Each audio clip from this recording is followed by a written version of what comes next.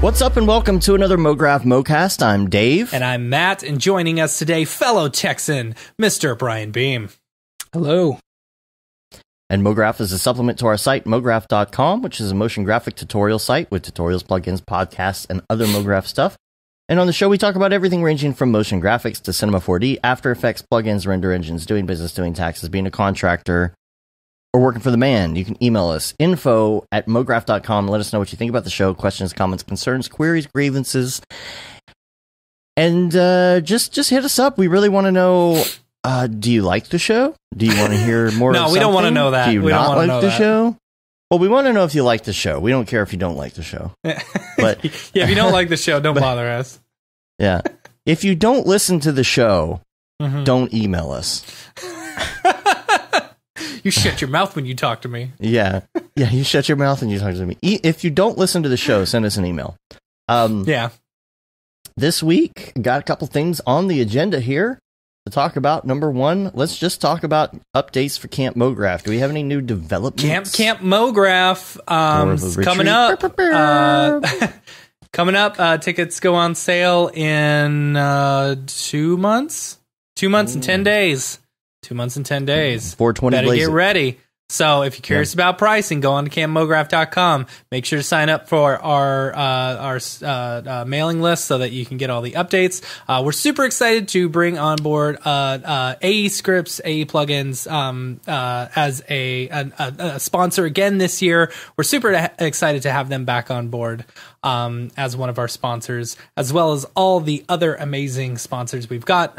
Maxon, of course, fine makers of Cinema 4D, Redshift, and I don't know if you say Red Giant anymore. I don't know. Like, I don't know how I'm going to say that. And if they're going to rebrand and stuff, we're going to have to change all the logos and stuff. Anyway, I digress. Also, we've got Video Copilot. Everyone Max knows Giant. Max Giant, Max right? Giant. I'm telling you, that's a good name. Max Giant. Yeah.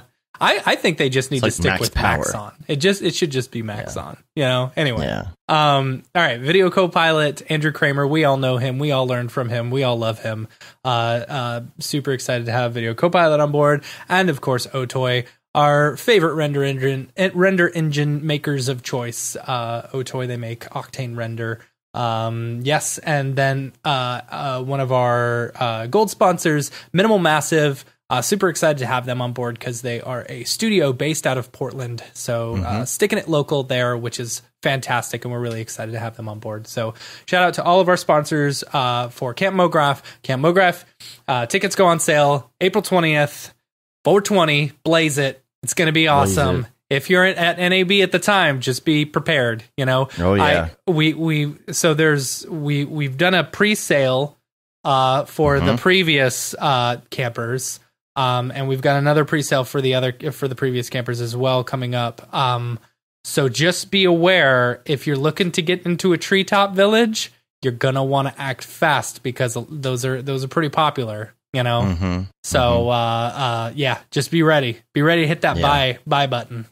So yeah, make sure and you mash that buy button. It's funny, you know, looking at some of these, and when it comes to sponsors and stuff like that, you know, I know there's a few events out there that don't have any sponsors, which is cool for them and all, but like literally we could not do this event without all of these sponsors. You know, the biggest thing with the sponsors is, you know, they're helping cover a lot of the costs that would normally be pushed back onto, you know, y'all. To campers. Yeah. And so we really like keeping the price super cheap, you know, in comparison. I mean, you're talking 3 days, food, drink, alcohol, you know, entertainment, all of food and room and board and everything. And it's like for 3 days for an all-inclusive event, like that's unheard of in our industry. So yeah. And it's sponsors that allow us to keep those ticket prices down when it comes to just booking campers to be in the camp and allowing it to be just for us, because what we have to do, you know, keeping it small is what everybody wants us to do. What we want to do, of course. Yeah. Keep it small, keep that feeling, and the only way to do that is to book the whole camp. It doesn't matter if it holds 300 people. Yeah, no, this camp holds I think 400 people, but we're limiting it to about 125 total. Which means that we have to pay the difference in the ticket price for 400 people. Yes. Yeah. In order to do that. And the only way that we can make up that cost is with sponsors. Yeah. And so we love these sponsors. They're great. We love having them on board, and they're fantastic. So, but yeah. So if you're coming to Camp Mograph, make sure you shout out to all the sponsors, because without them, these ticket prices would be twice as or 3 times, or we wouldn't even be doing it. Probably. And also, Matt, what about if somebody wants to become a sponsor of Camp Mograph? If someone would like to become a sponsor, you can go to campmograph.com. I'm glad you asked. Look down at the bottom. There's interested in sponsorship. You can learn all about it, and prices and everything like that. So, or you can just hit me up straight, matt@mograph.com, and bam. I'll take care of you. Cool. All right. Some other things are Instagram, and some things are changing a little bit. We're adding some things. We're moving some things around. We're making some changes. We're on TikTok. Are now. we? First post went up on TikTok, yo. TikTok's so dumb. Yeah, check it out. I'm not dancing or anything, so don't worry. Well, then it's useless. Who cares about it now?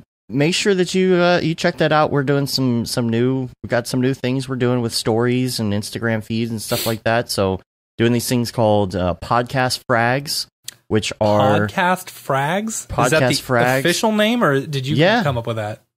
No, that's the official name I came up with. Oh, okay. It's not even a big deal. It's like not even. I did a little thing that says podcast frags, but it's not like I'm branding it or anything. It's just so you know, this is a clip from the show. Here's a little juicy nug. I almost called it podcast nugs, but that was just too weed centric for me. Yeah. So I figured, okay, podcast frags. If you check out, it'll be coming up on our stories. It's going to be on YouTube. You can find it in all the places. Eventually, you can go watch a whole playlist of it, on YouTube if you want. But these are just great little moments from the show. I know not everybody listens to every show in its entirety. Some, our episodes are pretty long, and sometimes it's like, oh, I really want to hear Barton speak. I'm going to listen to this show, and sometimes not. And what I'm trying to do is put some nugs out there, some frags of just good little bits of information, so you can check that out. If you liked it and you want to hear a little bit more from that person, you can go check out the episode. It gives a link to that episode and whatnot. So that's something different that we're doing. Just making some changes. We've got some other things coming out. I'm going to be doing a series as well. I'm going to be starting tutorials. Yeah. Got a bunch of stuff I'm writing for that. Also doing some stuff that's like more for noobs. More for noobs in the industry. If you know young creatives or even kids. Ones who aren't even in the industry yet, who are wanting to get in. It's funny, like, every time you and I chat about this, I always think about my first interaction with 3D. I was already out of college. I was 22 years old, and I went to a Learn 3D for little kids, site. Nice. And I learned a little bit of Lightwave, and it's like they taught you step by step how to do the program, and it was very cool. And it was just for kids. I was like, all right, cool. I think that's great. Yeah, it's just something that you can send people that you might know, like the one that I'm going to put out. It's going to coincide with our late night render thing that we're trying to put together with some render people for anybody who wants to learn more. If you're brand new in the industry, the first thing that might go through your mind is, oh, well, which is the best render engine? And there's not a good answer for that. And so I'm doing a little piece on that for people who don't quite understand that concept yet. It's not because they're dumb. It's because they're new. They're new to the industry. And a thing like, what's a keyframe? Things like that. Just very simple explanations for people who are just completely new and just are like, I love this. I love seeing this stuff, but I don't know how to get started. I'm going to try and do a little bit of that and see if it works, if it's popular, if there are people that it will help. Hopefully, that's the point. you know? So, your friend might hit you up and be like, man, that 3D thing is really cool. How do I get into that? What is a render engine? Just the past 2 weeks, I've had 2 people tell me, I've got a cousin he's in what's it, where like they're building interactive design, Okay. He does that, for like big art or, whatchamacallit, like museums and stuff like that, And he said, hey, I want to try this out. And then just literally like yesterday, a buddy of mine was like, hey, I need to build a computer. I'm moving over to Motion 100%, for my job. I was like, dude, you need to learn Cinema 4D. He's like, all right, send me some links. It's like, all the time in this industry, you'll get someone who wants to learn. And, that's the great thing about this, we as teachers, educators, whatever, is people who are influencing the future of Cinema 4D people, like being able to have something like that. Because a lot of the places that I'm sending people are years old, It's like, oh yeah, go check out this thing from R15 from, 6 years ago that Dave did. Right. Yeah, we got to redo all of that. But yeah, look for that stuff. Also, we're doing more and more news on our site as well. We had an article that went up this week on this short film by Bomper Studios called Coffee Run. Yeah, it's really good. Some really great character animation in this, and they used a lot of different programs. But for the rigging of the character, they use Cinema 4D's character tools, but they do all this stuff with what do they call it? Smears. Like, and this guy takes off. There are these crazy smears and stretches and everything else. So this article kind of breaks it down. It shows the rigging. It shows how they did some of the smears and things like that. So, check that out. News on the site. You can also check out events and start planning. Start planning this year. In the events section, we have the information right now on ABC DFW C4D, which is March 22nd and 23rd. Make sure that you come to Dallas for that. Fly out. Come check it out. It's gonna be great. It's gonna be so much fun. And there's also Signal, which is the week before. I should put it the other way. I guess, keep it in order. It's okay. The other one's your event. Signal's mine. That's true. And, I'll pin our event to the top, I guess, huh? But yeah, Signal is coming up, and this is a good way to sandwich your South by Southwest if you're going to be in Texas. Yeah, totally. Go to Signal, go to South by, and then come up to Dallas and hang out with us. That'll be a lot of fun. And of course, pretty soon we're going to be planning NAB. There's going to be more information, like the schedule and all this other info. I've been working on so much stuff behind the scenes, like if you're planning 18 hours a day. If you're planning on NAB, I would recommend flying in either Friday night or Saturday morning. Yeah, Saturday is going to be the big Mograph meetup and stuff like that, and you definitely don't want to miss that. So Saturday morning, which is great about Saturday because it's always cheaper to fly in on Saturday, especially the morning. Yeah. So we're going to do the Vegas thing with I've already been working on all the graphics and everything we need for the interviews and all that. And of course, the buttons.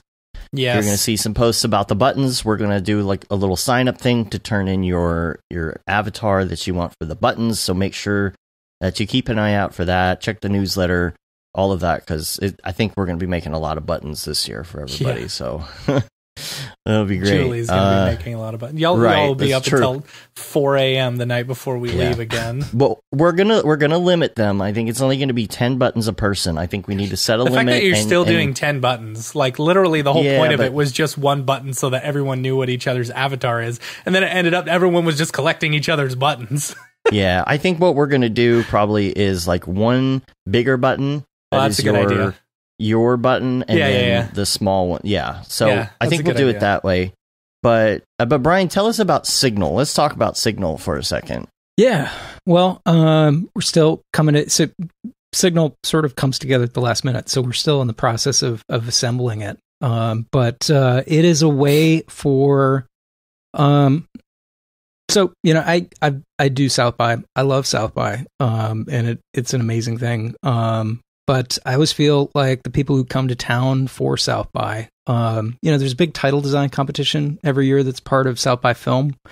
And so there's a lot of, great title designers that we know that, are active in the industry. People like Jeremy Cox, people like James Ramirez who come to town for South by. And there was not really ever any way for them to get a chance to interact with the Austin motion design community. And so last year, my friend Charles Pierce and I decided that we needed to kind of fix that.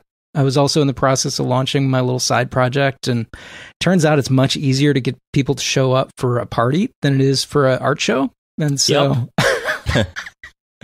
so I put together the Signal event, with it secretly being my art show. It wasn't just my art show. Disguised as a party. Yeah, I mean, it's the way to do it. Yeah, it's just like totally. There were definitely multiple purposes, but see, now you need to sell timeshares as well. Yeah, oh, dude, reel them in with the party, sell them some timeshares. Get that Amway pitch in there. So there's free beer, but in exchange for the free beer, I need you to listen to this 15-minute presentation. Yeah. It'll only take 15 minutes. There's no pressure at all, except for the fact that we're locking you in this room until you. That's funny.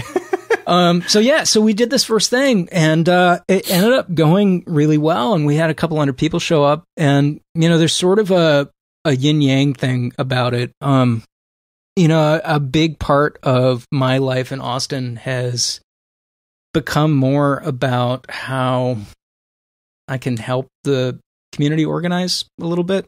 And one of the other things that had originally been the impetus for this event is that, I feel like there's a real split in Austin between the graphic design community and the motion design community. And honestly, I feel like that's probably a global thing in a way. I feel like motion artists in a lot of ways, and this is, something as an identity I've wrestled with my whole career, is just like, am I a production person or am I a designer or am I an artist? And I've been very reticent throughout my career to feel like I'm an artist. But that expands out into the community too. And so AIGA, American Institute of Graphic Arts here in Austin, that design community, there's not a lot of interaction between the motion artists and the graphic designers. And so it's just how do I start to do something that can start to build some bridges, across those communities by creating a third space where, we can invite people in and say, hey, look, here's the things that we're doing. And we're designers too. We're designers, we're artists, and, we care about the work that you do. And we want you to come spend time with us. And so we do 2 events a year. We have our event, that falls during the first part of South by, but is not related to South by. And then we've got another event. There's another big thing in Austin every year called East, the East Austin Studio Tour, which is a big fine arts thing. And we do another event then, because it's also a way for us to reach out to the fine arts community and say, hey, look, we're here and we're also artists. And, starting to kind of look more at the animation community here in Austin too, because we're at a point now in Austin where we've got, 4 or 5 legitimate animation studios doing broadcast animation. You've got Powerhouse, who's doing Castlevania. You've got Minnow Mountain that did Amazon's Undone. I don't know if you saw Undone this year. Fascinating. Probably one of the best things that I watched last year. Just a great show. And all of that rotoscope animation was done here in town. Rooster Teeth, where I used to work, they're doing a lot of animation. The Pigeon Spy movie that came out recently was originally a short film by the founder of a studio here in town called Mighty Coconut, and Mighty Coconut's busy working on a film right now. And so there's all these animation studios and all those animation people, and I'm sure that we can relate to this as motion artists. We disappear down our work holes, and we don't get a chance to see people as often either. And so, Signal is a way to create a couple events a year where, we can try and do what we can to start building some of those bridges. We call them signal occurrences. I like that. You know, how do we transmit out to people and, you know, let everyone know who is here and, you know, how to do a better job of creating some of that mixing between groups so that maybe something new comes about. Well, it's inspirational sometimes to be in a situation where you're doing different stuff, you're seeing different stuff. You know, example is I saw Jan Sodeko was posting some Instagrams and Facebook stories yesterday or today, and he's at this really cool looking art show. Yeah, you know, and had some really cool looking stuff. It had the banana taped to the wall. Right. But if you go check that out, like there were some really cool looking deals at that show, and I'm like, man, that's kind of fun because you might get some ideas of something to do in 3D. And when you cross between these different similar industries, but not exactly the same, it really can help you like brainstorm, talk with people, get some ideas of what you can do. I mean, you've got people who are doing art, who are doing interactive, all of that. And it was such a chill scene too. I don't know. Is it in the same location this year? This year, so I'm really excited. It is not in the same location. We are taking over Austin's Children's Museum, the Thinkery. And so it's going to be a little bigger. We're also kind of focusing this year on things going on in Texas overall. So it's trying to kind of shine a spotlight on, you know, just production in general. I have some people in town that I work with and care a lot about called Media ATX, who are also trying to do some of that same sort of thing, connecting the different media verticals in town, because the news people don't talk to the design people, don't talk to the film people, you know. And so they're coming on board to kind of work with us and the Texas Association of Business. And so yeah, it's gonna be a little bit bigger, but hopefully, you know, at the end of the day, it's definitely about being chill. You know, we want to throw a very Austin idea of a party, you know, and so, you know, that means, you know, you have some music, you have some beer, there's some teaching, but, you know, it might be more like a punk rock show where you're standing up and kind of just catching just a sample of it. I like that. Mosh pits. Will there be mosh pits? You know, yeah.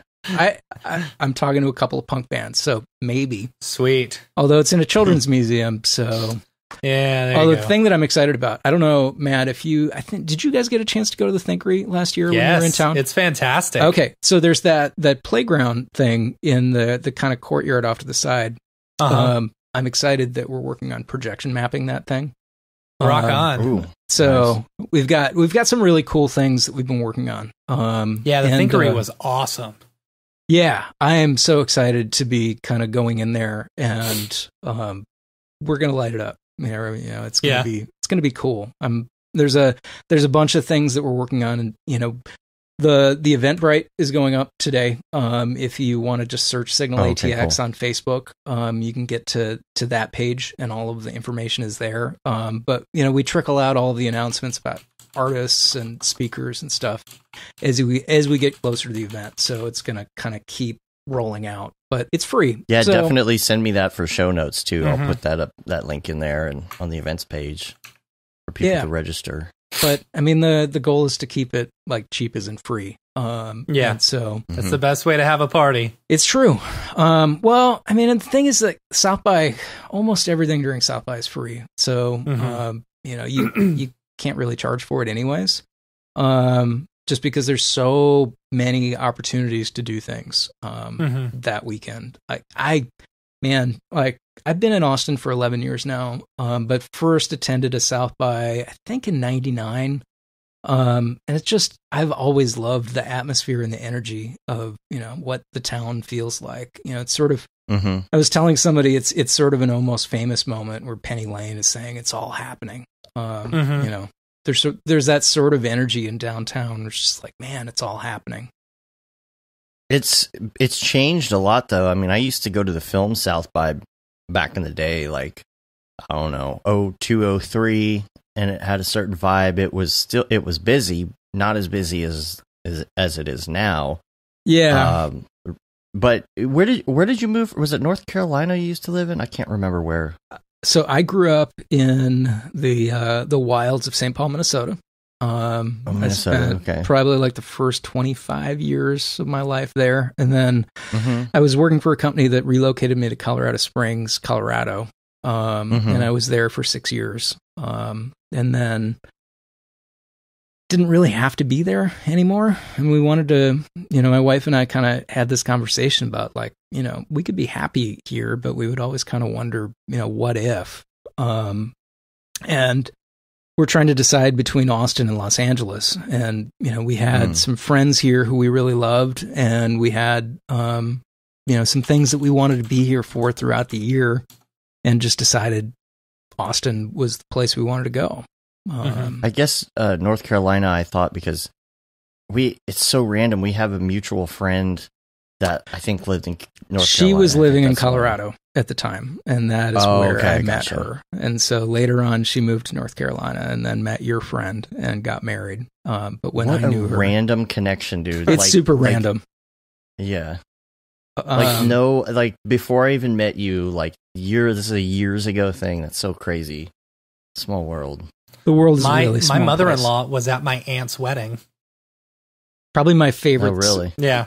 So the two friends that we moved down here to be with, there was a internet news group that we were plugged into called Rec Music Christian growing up. And there would be some people that I would meet with at a music festival every year called Cornerstone, which is a pretty foundational experience for me. Like, online community has always been, I was a nerdy kid growing up, and I think that's probably something that we can all relate to on some level. But, online community, probably saved my life in a lot of ways, because I didn't have a lot of friends. And there would be these times every year, like when I would go to this music festival in the summer, where for a week I had friends.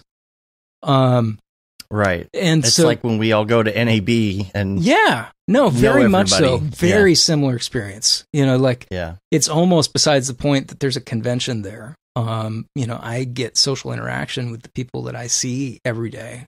And NAB specifically, when I was in the process of leaving my job a couple years ago, I found out that all of that was happening literally just before I went to NAB. And to be able to be with, my people while I was in the process of trying to sort out what the next thing was maybe one of the best things that could have ever happened. But with this music festival, I had these friends that were here in Austin. They're the ones that we came to be near. But talking about random coincidences, so this woman had gone up to Dallas to see her dad. Her dad lived up there, and she was supposed to meet my friend Matt over at his dad's house. And she got over there, and she realized that my friend Matt's dad was her dad's like one of his best friends, and they golfed on a regular basis.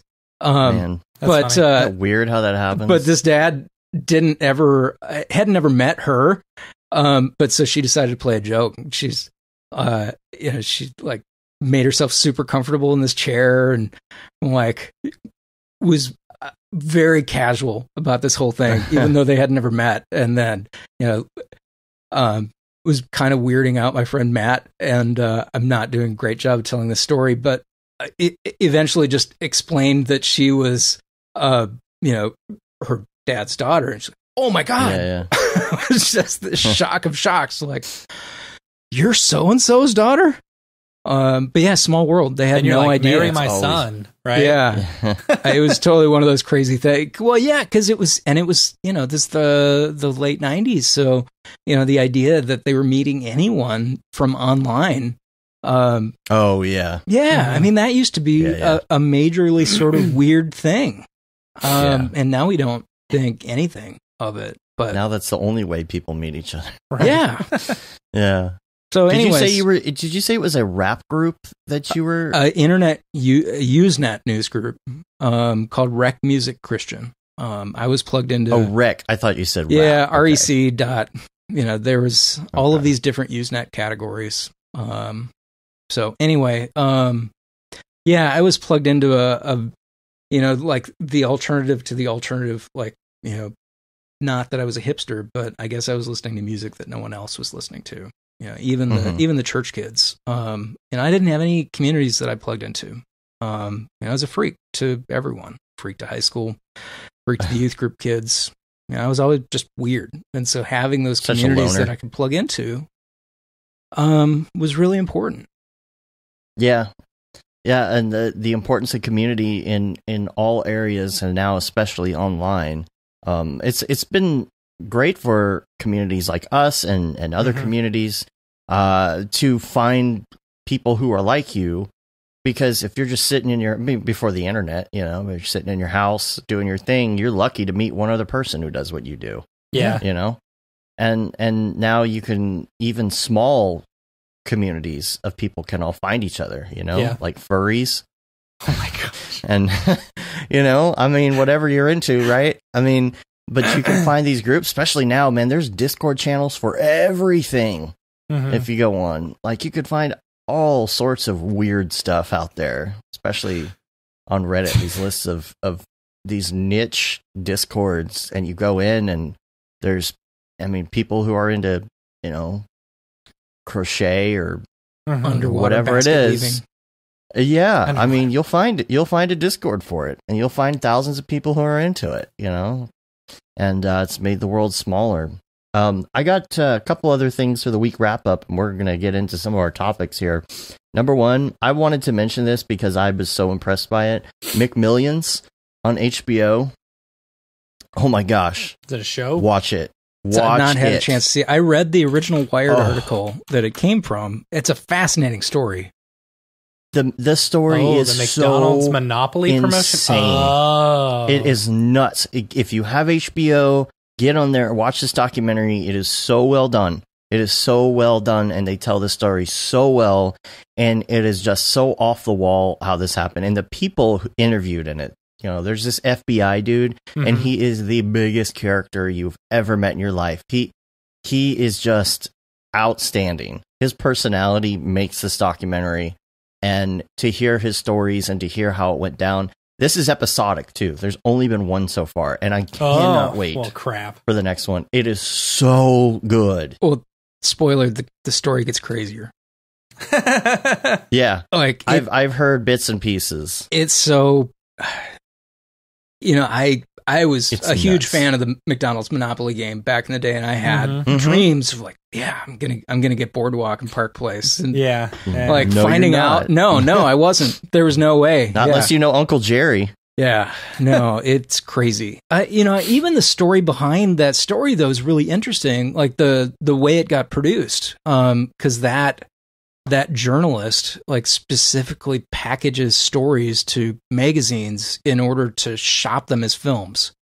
So, the whole goal from the first place was to sell it as a film, but then they ended up packaging it as an article because you can't ever create something new without it being something else now. And so, that whole, they've done that a number of times now. It's just really interesting. Well, and I'm a McDonald's family too. I'm from Detroit. I'm a GM family and a McDonald's family. A lot of relatives that work for either or both. Oh, so my dad, in high school was working at McDonald's, became a manager and all of that way back in the day, right? That's the reason we moved, because they needed somebody. They needed a GM or something to move to Dallas and in this new McDonald's they were building. And my life is centered around that. I grew up with that. I got all the Happy Meal toys. I loved McDonald's growing up. My dad, used to do all that. And he went back to college, moved on, went, into computers and stuff. And that's how I got into computers. But I have that whole background. And anytime you hear anything about McDonald's, it's it's reminiscent for me. Yeah. I watch all these clips and commercials in this documentary, and I remember every commercial, every clip, word for word. We had McDonald's training videos on 3/4-inch reel sitting around growing up. How many of those Muppet Babies, the big Muppet Babies plush dolls, like the Christmas ones? Oh, I had all of them. Yeah, my mom worked for McDonald's at the time. Man, she would bring us home lots and lots of them. Did you ever get the Land Before Time rubber dinosaur puppets? Yeah, that was Pizza Hut. That was Pizza Hut. Yeah, Okay, I had 'cause I know an that they had uncle some who worked too. at Pizza Hut, and we Yeah. had a ton of those little dolls. Because I remember when I had But, gotten Dances with Wolves on VHS from McDonald's. They had Mac, the little rubber doll that was Mac Tonight. You remember Mac Tonight? I do remember Mac Tonight. Do you know the who little Mac Tonight was? Transformers. I have no idea. It was Doug Jones, who later on goes to Okay. be Guillermo del Toro's monster actor. He's been in Oh, all sorts that's of things. funny. Yeah, Huh. so that's Doug Jones. That's funny.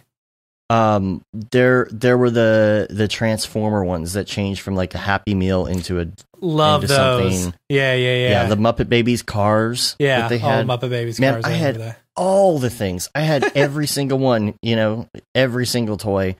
But it's so reminiscent for me. But this documentary again, just check it out if you got HBO. Speaking of It's documentaries, incredible. episodic, I'm super late to the show on this one, but the People versus O.J. Simpson. Holy cow, that was so good. That's We funny. just finished it this week, and I'm going into it thinking, come on, we all know O.J.'s guilty. How are they gonna convince me, the watcher, that he's not, that there may be some doubt? And sure enough, they did it.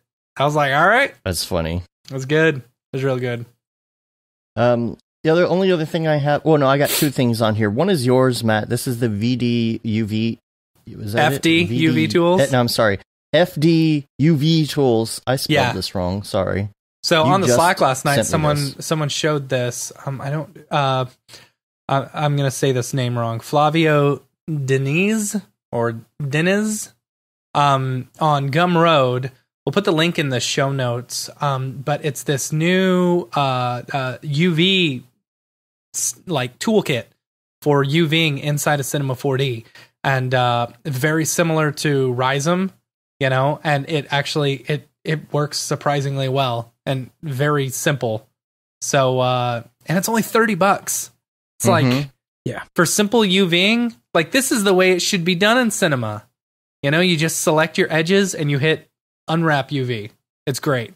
Anyway, so make sure to check it out. I'm super excited about it. We just purchased it. I know, Brian, you purchased it too. Yeah, I bought For it. $30, how can you not? Yeah. You know? So there's this guy who he's kind of a douche, and he would describe himself. His name's Ramit Sethi. He has this website. I think it's maybe changed to IWT, but he has a book.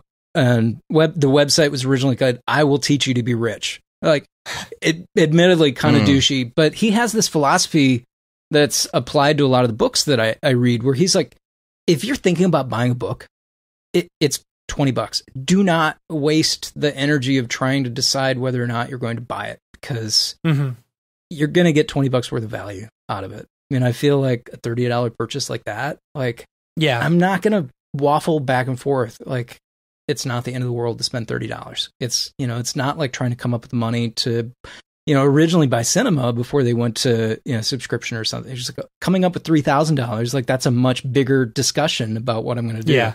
I'm not going to waste the energy of wondering whether I'm going to spend $30 on this plugin, because I know I'm going to get $30 worth of value. Even if it's not perfect, I'm going to get $30 worth of value out of it. Yeah. Speaking of $30 worth of value, I was at Fry's Electronics the other day. Just walked in just to see how empty it is there. It's a bizarre experience.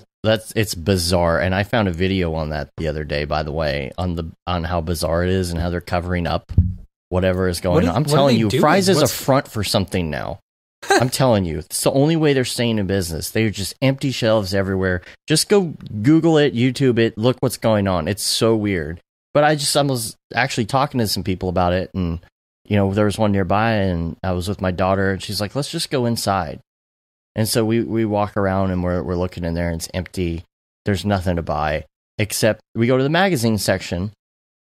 And it's funny, because the only thing we did was buy some magazines. She got like a Fortnite magazine and whatnot, and I found a 3D magazine, and it's like a yearly 3D magazine that comes out, and I'm like, oh, this is kind of cool, coffee table thing to have or whatever. I'm sure this is like, I don't know, $8 or whatever. I get to the line, we buy our magazines, and like my total is like $50 something, and I'm like, wait a minute, we're only buying a couple magazines. The magazine was $30. What? $30. That's crazy. Because Did you put it back? Can't justify it. I said, no, I'm not buying that. Yeah. You just can't justify that. Like, it would be cool to have a little 3D magazine on the coffee table here, but I just No, it's not $30. worth $30. Yeah. No. I'm not saying it's a universal UV mapping tool. Yeah. Also, my dad was in the chat. He said employees used to steal the cases of Monopoly tickets and have a ticket opening party at their houses. And what's funny is if you watch this documentary, you'll find out that it wouldn't have mattered anyway. They still wouldn't have gotten Boardwalk or anything else. So that's funny. Do you remember the Dick Tracy McDonald's games where it was a scratch off, right? But you had to scratch the right one off in order to win it. Like every one of them will win, but if you scratched the wrong one off, you lose. So you had to scratch the right one off in order to win. So stressful. So you had like a 25% chance of actually winning, you know? I just remember my poor mom being subject. It came out around Mother's Day or something, and it was either Mother's Day or her birthday, but I remember buying her some awful bright yellow Dick Tracy hat as a Mother's Day present, and then she was expected to wear it because, just like, oh my God, I feel so bad looking back on that stuff. The 90s were not a good era for fashion. That's funny. I remember thinking that it was really cool that Dick Tracy could talk through his watch. And now we have that capability, and I never use it. Wow. Yeah, okay, I just looked it up. Yeah, so you had to rub off one box at a time, and if you got game over on any of them, you lost, right? Oh, man. Is there any way you could, like, see through it? I don't know. I have no idea. That's cool, though. But if you, yeah, I don't know. So last thing I have on the agenda, though, for the week wrap here is MotionWorks is closing down. Yeah. So with his tutorials, he's still going to be doing tutorials on a different YouTube channel. I think you can still buy everything, like making it look great and all that is going to be available for sale. But there's a post. I'll put it in the show notes. I wanted to put that in here. Just man, John has become such a great modeler, though. Man, his Twitter feed. Watching him build stuff out. I get so jealous. I'm just like, I know, right? Wow. So good. And, we want to wish him the best on that. And, but also I don't really have any other links. Like there won't really be a link section today. So because that's all I had. But, so I wanted to put that in there.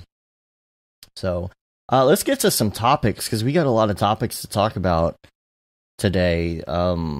Number one, Brian, what you have on the list here is switching careers, but I guess give us a little bit of background on you and your, your school or not school or whatever, and what you do day to day.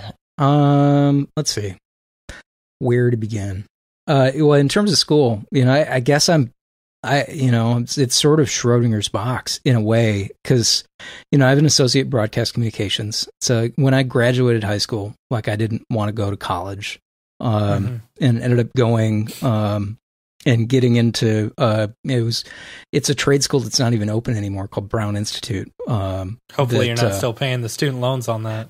No, my parents had helped out a little bit. And then, I did end up paying it off. I forget exactly how much it was, but I got an associate in broadcast communications, and then ended up not going into radio because I was already working at a public access station in Minnesota, and I would have been making the same as I would have been if I had moved to a tiny small town. And so just like, okay, well, I'll just stay at the TV station. And, one of the beautiful things about working at that public access station, and that's kind of where I'd gotten into production in the first place, was making little films on my own. And, it's the early 90s. There's no nonlinear editing. The only way to edit was to either plug two VCRs together or, public access was amazing because you could get access to suites.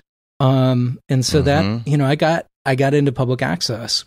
And you had an edit controller and an MX12 and they had MX50. They had access to stuff that you could use as long as you aired it on the public access station. The downside to that is that it ended up pulling me into TV production for a long time and away from film. But I started working there when I got out of high school as a receptionist. And because they weren't paying you anything or little, they let you do kind of not quite whatever you wanted, but I started to get interested in motion design a little bit. They make you water the ferns for the sets. You didn't need to. They were plastic. Oh, they were fake. Okay. But yeah, so I started experimenting with After Effects back then. Man, I wanted to say I had a 233 megahertz Power Mac. It was the first G3 or something. Yeah. The very first project I did, there was no video out. And so we set the sync rate of the camera to the sync rate of the monitor and turned the lights off and shot the screen. And that was how we got stuff out of After Effects. I found that project, it was so bad. Oh my God. And timing wise, it was also bad. But I'd been using the video toaster. You were mentioning your first 3D experience was Lightwave. That was mine too, but there was no one around to help and there were no online videos. So I got scared off of 3D for 15 years. Just like, God, if it's like that, I can never do it. But yeah, so, I'd gone, gotten my associates and then started working as at this public access station and starting to do some more design work and realized that if I ever wanted to go anywhere, I was going to have to go back to school. And so I did end up going back to a liberal arts school in Minneapolis called Augsburg. And I was working on a double major in marketing and graphic design with a minor in religion in the honors department. And my credits were all over the place. So I ended up dropping out when the company I was working for moved to Colorado. So anyways, yeah, so I've had some school and, but it's not like I'm a professionally trained motion designer. I didn't get my bachelor's in motion design or anything like that, but right. So, I've always looked up to, someone like Thomas Jefferson, who studied all kinds of things, or, Ben Franklin. There's modern versions of that too, but just the idea that you could be a gentleman scholar and have learned all sorts of things in so many different domains. And so, I don't know, there's this sort of punk rock thing that's always kind of wanted to. I had a friend in Colorado who is an accountant, and I always used to sort of compare how I was doing against him, salary wise. Just okay, well, I'm doing okay. I'm winning at this not having a degree thing.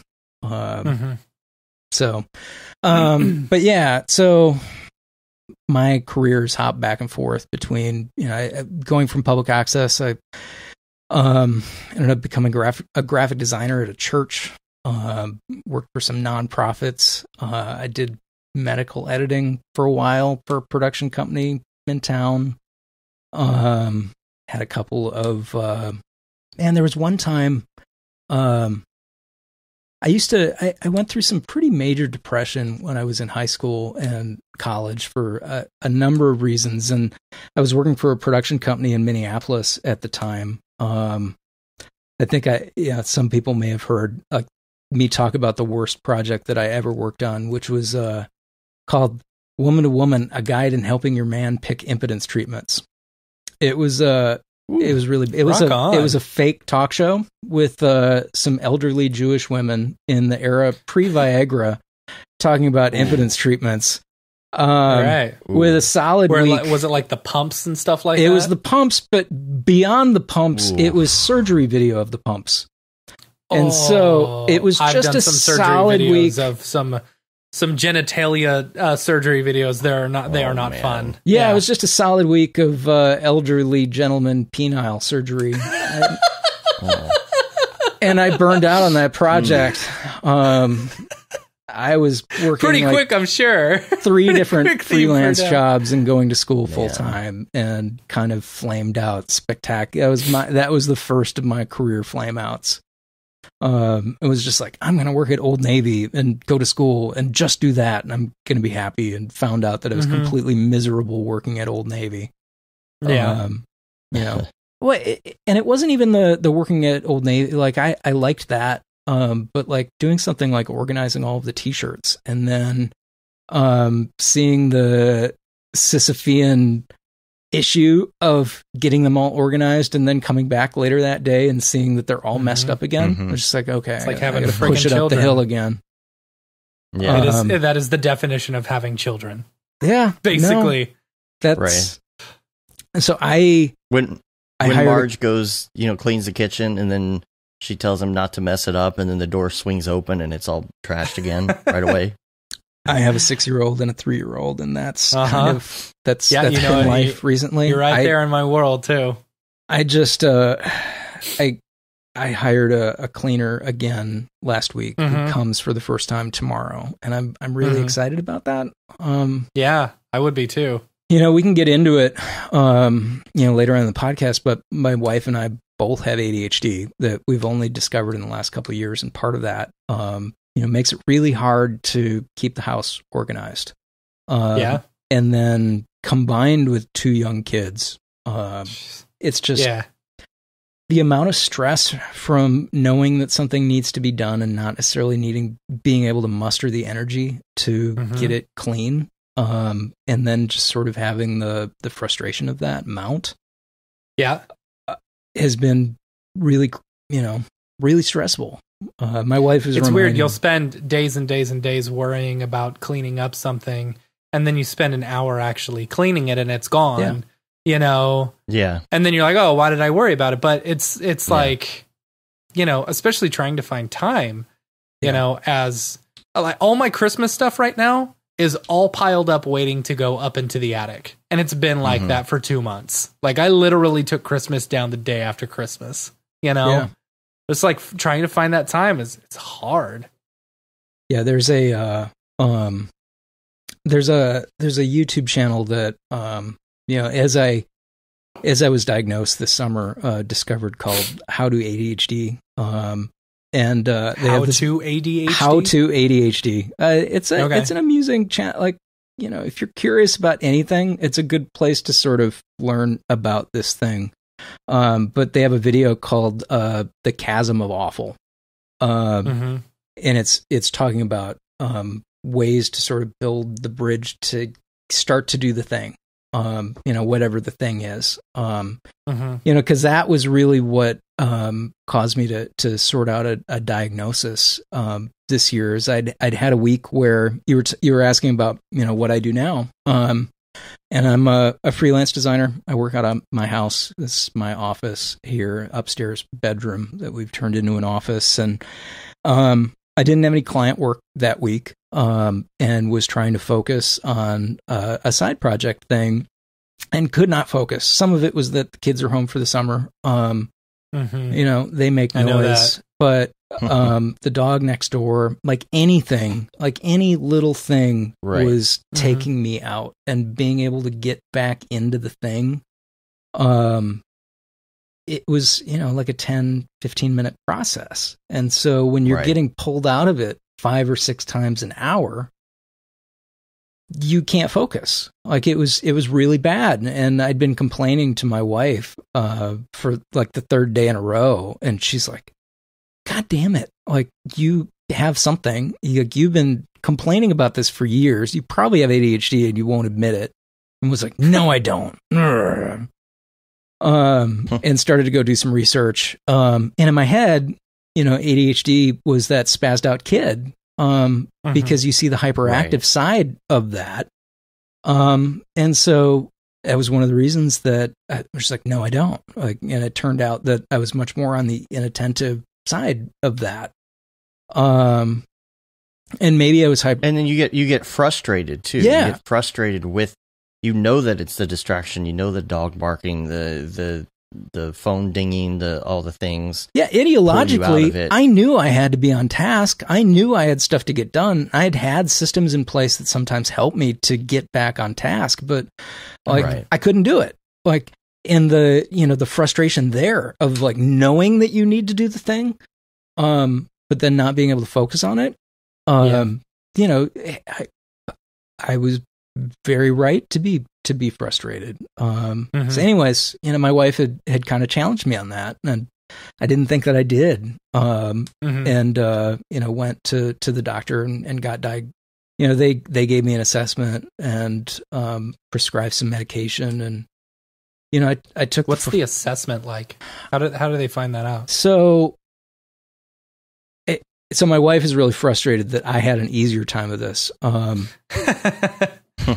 when I went to my doctor at first, like, I was actually a little frustrated that it was as easy as it was, because it's like, I want you to be thorough. Like, I want you to know for sure. Right. But a lot of doctors, so it was an assessment of a number of, like, it was a self-assessment of, like, kind of sort of like a Myers-Briggs, if you've ever taken it.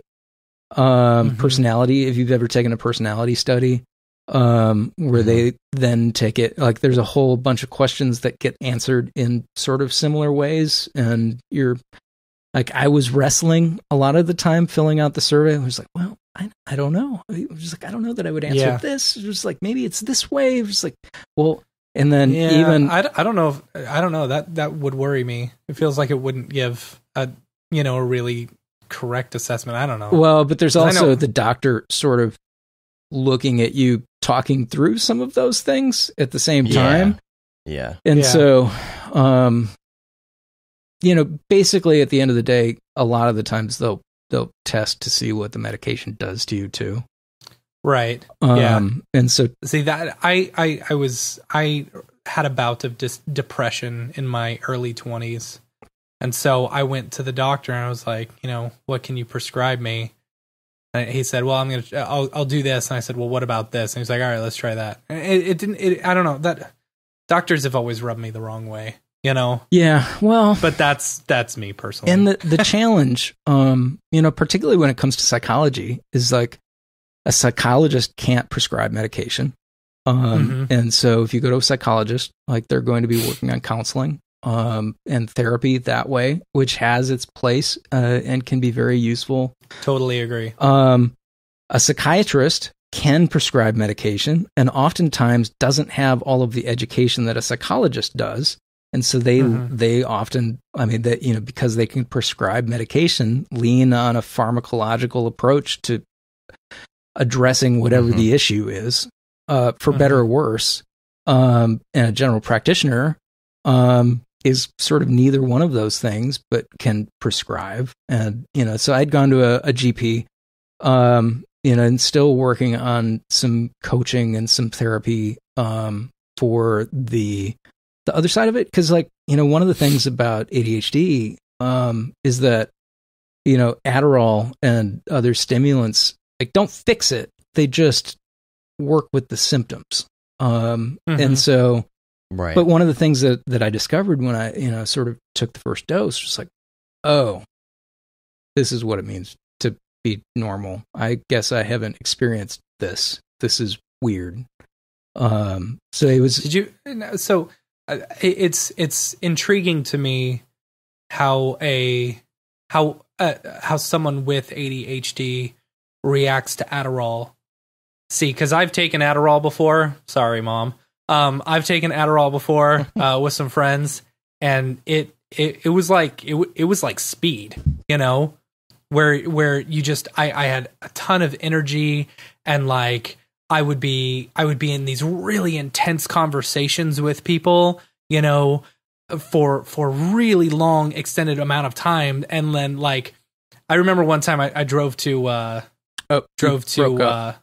yeah, I know, it's all right. I remember one time I drove from Austin to Dallas, and I popped an Adderall before the drive, and like that drive lasted no time at all, That's so definitely I don't know, not been my experience with it. Like, okay, it was well that it's so interesting to hear. It's so interesting to hear.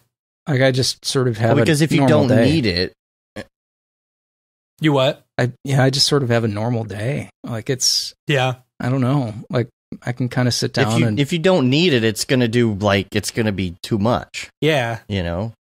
So I don't know. If you need it.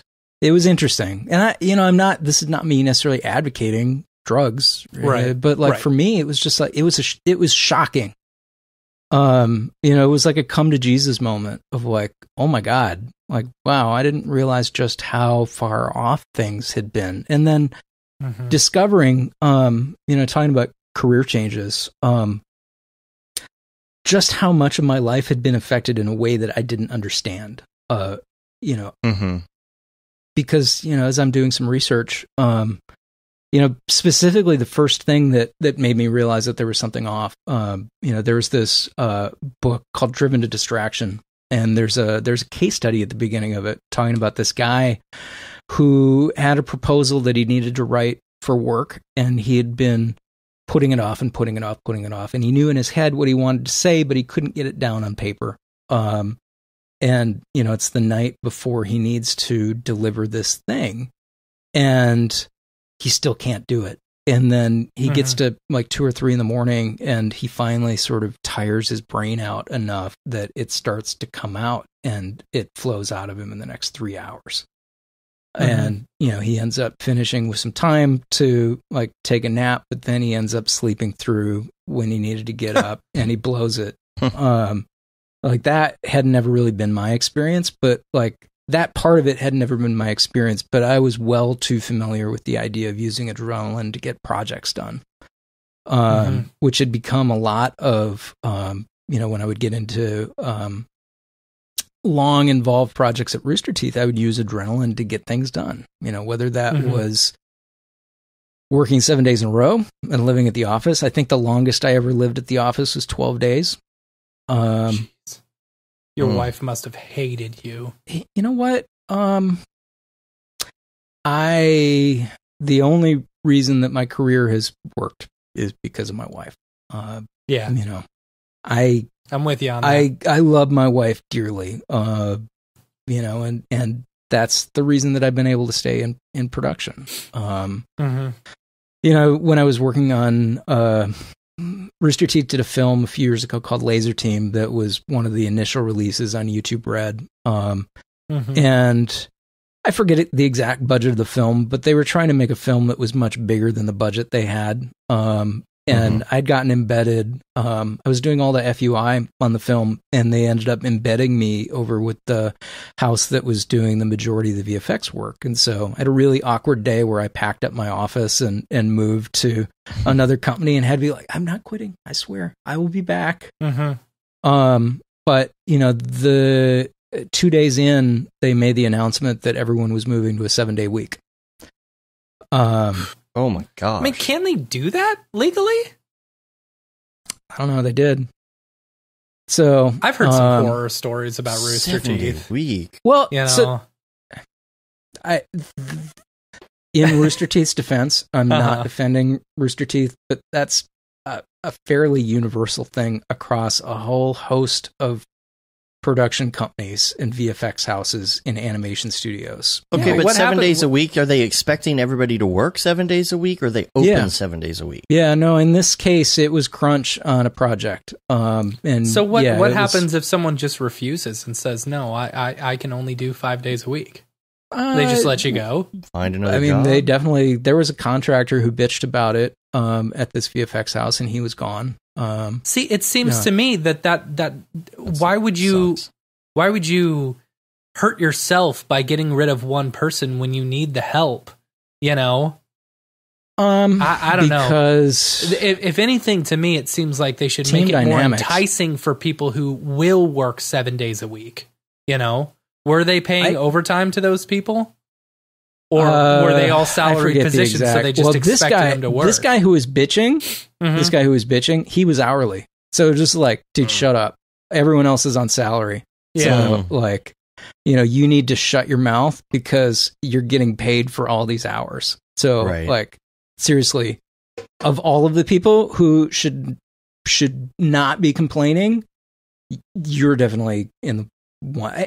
Anyways, there's definitely probably some Stockholm syndrome in here where like you're in the middle of a situation and you start to feel. So one of the things that I've always had that has been both a good and a bad thing for me in my career is that I become very personally invested in whatever I'm actively doing. And so in the 7 years that I spent at Rooster Teeth, you know, a lot of my identity became wrapped up in the fact that I worked at Rooster Teeth. For better or worse. I had a really interesting conversation with a friend last year who happened to be working in town on my birthday, and so we had gone out for some ice cream and were chatting and catching up, and I drove him over to where I used to work and pointed out, and he's like, you know, I never really knew or cared what Rooster Teeth was. You know that, right? I was like, no, I guess not. I mean, you know, I always felt in a lot of ways like, you know, I didn't really start doing any speaking or anything else until I got to Rooster Teeth, and it's because I felt like I had a mantle to be able to speak from. You know, I was working for all these small production companies or nonprofits or churches. It was like, who the fuck wants to hear from me? Like, I haven't done anything. You know, I don't, that's not necessarily true. But you know, there's this identity that you get in your head of like, I'm this tiny, insignificant little speck of dust. And I got to Rooster Teeth, and like suddenly I felt like, okay, well, maybe I can speak up, because you know, there's certainly people who have seen what they've done. And so, you know, one of the interesting things when I left was realizing that, you know, that was wrong, and that, you know, I could speak up regardless. You know, and the interesting thing was like everything that I had gotten, you know, I took with me, in terms of like, you know, I could say that I was an alumni and I left on good terms. But you know, like all of the things that I built while I was there, I could still take credit for. So I don't know, but like it was interesting. And so like when you're in a film production situation like that, you know, because you have a certain amount of investment in, you know, well, I'm part of this team, like I need to make sure that this thing gets done. Like I've been put in charge of making sure that I can deliver this stuff to us, and I have a personal expectation of I want it to be this quality. Right. You know, you end up investing more into that, for better or worse. And you said it was kind of like the last minute adrenaline thing. That's how you would get it done, which we call the nose man method. He actually preaches that. You know, he's like, I'll just do it at the last minute. But I don't advocate for it, but I definitely have had those times. Well, I mean, a lot of those times where I call it not getting voted off the island. You know, I would have that, oh, good, I delivered. I don't get voted off the island this week. Right. And particularly on that film, and then on the follow-up, you know, there weren't sufficient structures in place to be able to kind of adequately deliver that project. There weren't great milestones set up. You know, I was working very alone, and so there's not even necessarily really any supervisor. It's just like, you have to deliver these things. There's an abstract amount of time, which turns out is like the worst way for someone with ADHD to work on a giant project. But you know, I would have these things where I would be at my desk struggling to sort out what was going on with this FUI thing, like trying to wrap my head around it, not being able to focus, getting frustrated. And then the night or two before, like it would be super late, and finally I would be able to sit down and bust it out. And it wasn't that I was slacking. Like I had exerted an immense amount of energy trying to focus. You know, if you pulled up the activity monitor of the CPU of my brain, you would see it spinning all sorts of cycles, on a broken process. Did you feel like when you were working on, well, I mean, that kind of applies to working there, but even on your own personal things, before you were diagnosed, did you have trouble even working on things that you were like totally into? Yes and no. You know, a lot of people, there's a very common thing in ADHD where if there's something that you're interested in, you don't have any issue focusing at all. You know, because a lot of the thing is all about the way dopamine reacts in your brain, for better or worse, which is why stimulants end up having an opposite effect, because it ends up helping the receptors work with the dopamine in your brain. That's a super oversimplification of the brain stuff going on, but that's sort of what's going on. Is someone who doesn't have ADHD has an adequate amount of dopamine between those receptors already. And so, when you're doing that, it acts like speed because, now you're super saturating those chemicals on those receptors. Yeah, it's like super easy for me when I'm into something that's like my own thing and I get into designing something or doing something in cinema and I got my music and my coffee and my everything's set and I'm into it. I might not get up for 6 hours. Yeah. Like I might not even go to the bathroom, but then if God forbid I have to work on a project that's only going to take me an hour for a client, it takes me all day to get to it. Yeah. Yeah. Oh yeah. And I had so many of those. There's another film that I was working on. It's called The Next Kill. I think it's been I on worked the on festival The Next circuit. Kill. Yeah. Yeah. Mike McCutcheon? I do. Yeah, so I did That's a lot funny. I was a VFX supervisor on that. And I feel like I kind of dropped the ball. We got the project done, but it was definitely one of those things where, there wasn't a lot of budget. I mean, it was a labor of love for him. And, so I had volunteered to work on it. And being able to, there's a bunch of set extension stuff that I was modeling and building out for that. And it's sort of pre-render cloud. Like I don't have a render network, and Pixel this is a while Cloud back. doesn't exist. And I'm freaking out about rendering all of these scenes.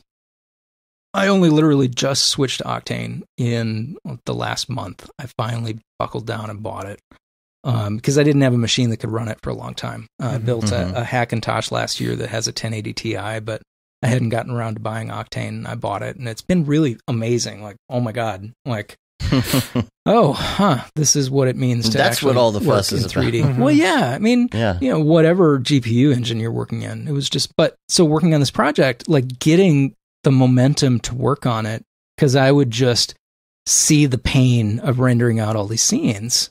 It was very hard to get motivated. And I knew that it wasn't hard. I knew I could buckle down and just do it. But the knowledge of doing that and the actuality of doing that were two entirely different things. And so, I mean, it was interesting. So after the diagnosis, I actually kind of had to, I've never been an alcoholic, but in 12 steps, one of the things that's a part of the 12-step process is asking forgiveness. And so I actually felt like I needed to go ask for forgiveness for some things where I suddenly saw that there was this thing that was there. Because I would never intentionally drop the ball on something.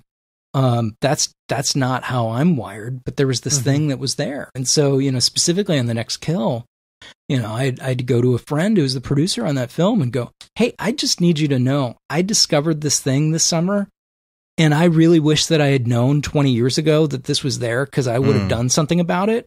But I just need to apologize, because I definitely ended up not delivering that project the way that I wanted to. And I caused you guys more stress because I had this thing that I was dealing with. And, the production of that was also going through while I was working on Laser Team. And so there's, it's not like it existed in a vacuum. Like there was career and other life going on in between this film production.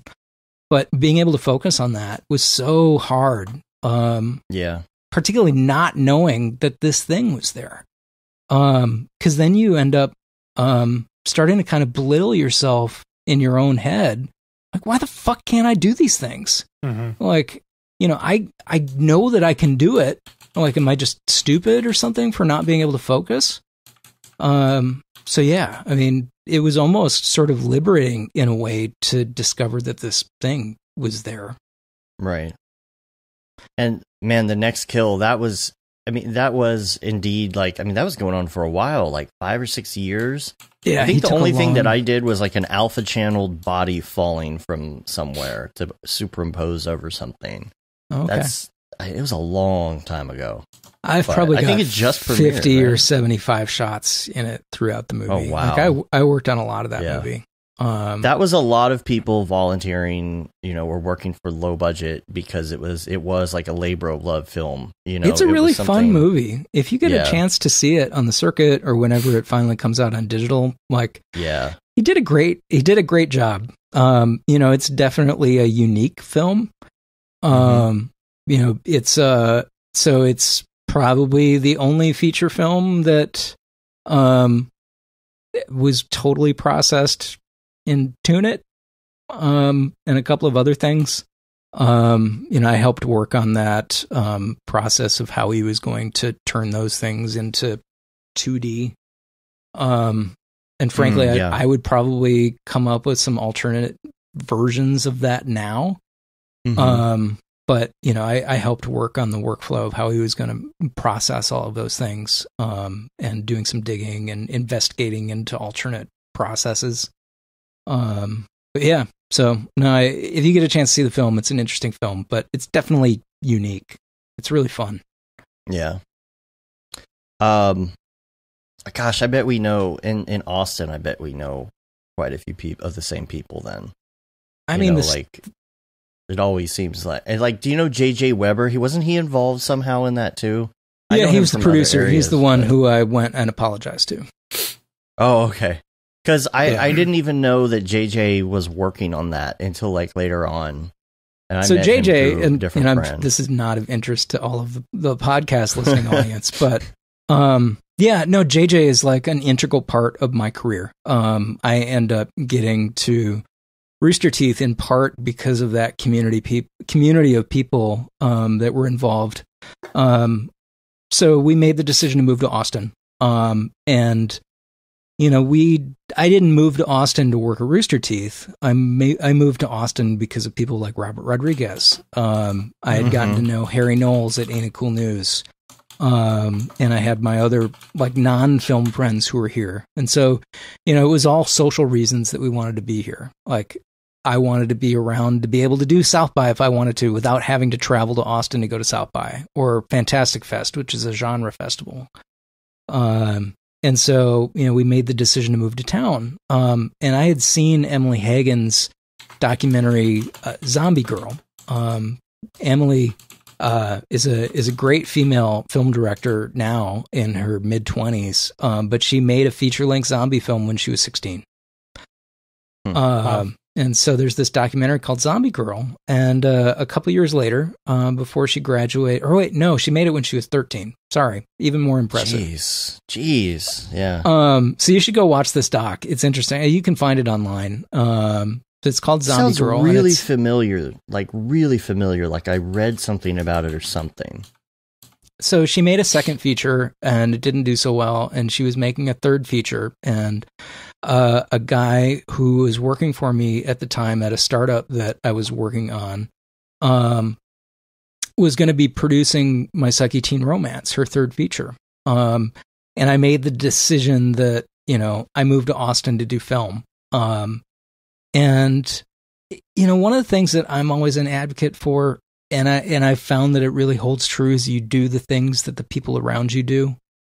And so if you really want to be doing something, go get plugged into a community where that's happening. And, so if you're trying to get fit, hanging out with a bunch of people who sit around watching movies is probably not going to help you get fit. Yeah. Right. But if you're hanging out with a bunch of CrossFitters, pro or con, like you can't help but start to feel that you're dragged towards osmosis. That is absolutely true. The one time I was in the best shape of my life, I worked at a company where everyone was working out and talking about how often they worked out. Yeah. And you're not even intentionally making a decision to do it. You just end up sort of floating in that atmosphere and feeling yourself pulled that way. So Paul was going to be working on this movie, and we suddenly had people around us who were making movies. I was like, okay, it's time. We'd been in Colorado and we'd been wanting to make movies, and all of the people that we were around were people who were wanting to make movies and not actually doing anything. And so moving to Austin put us in a position where we were around people who were doing things. And oh my God, like, felt a lot like my 20s were kind of a waste in a way. Not that it was bad, and in hindsight, all of the things that I did throughout my 20s were things that ended up impacting my 30s, and, helped me grow into the person that I became in my 30s. But like, I didn't work on my first feature film until I was in my 30s after I moved to Austin.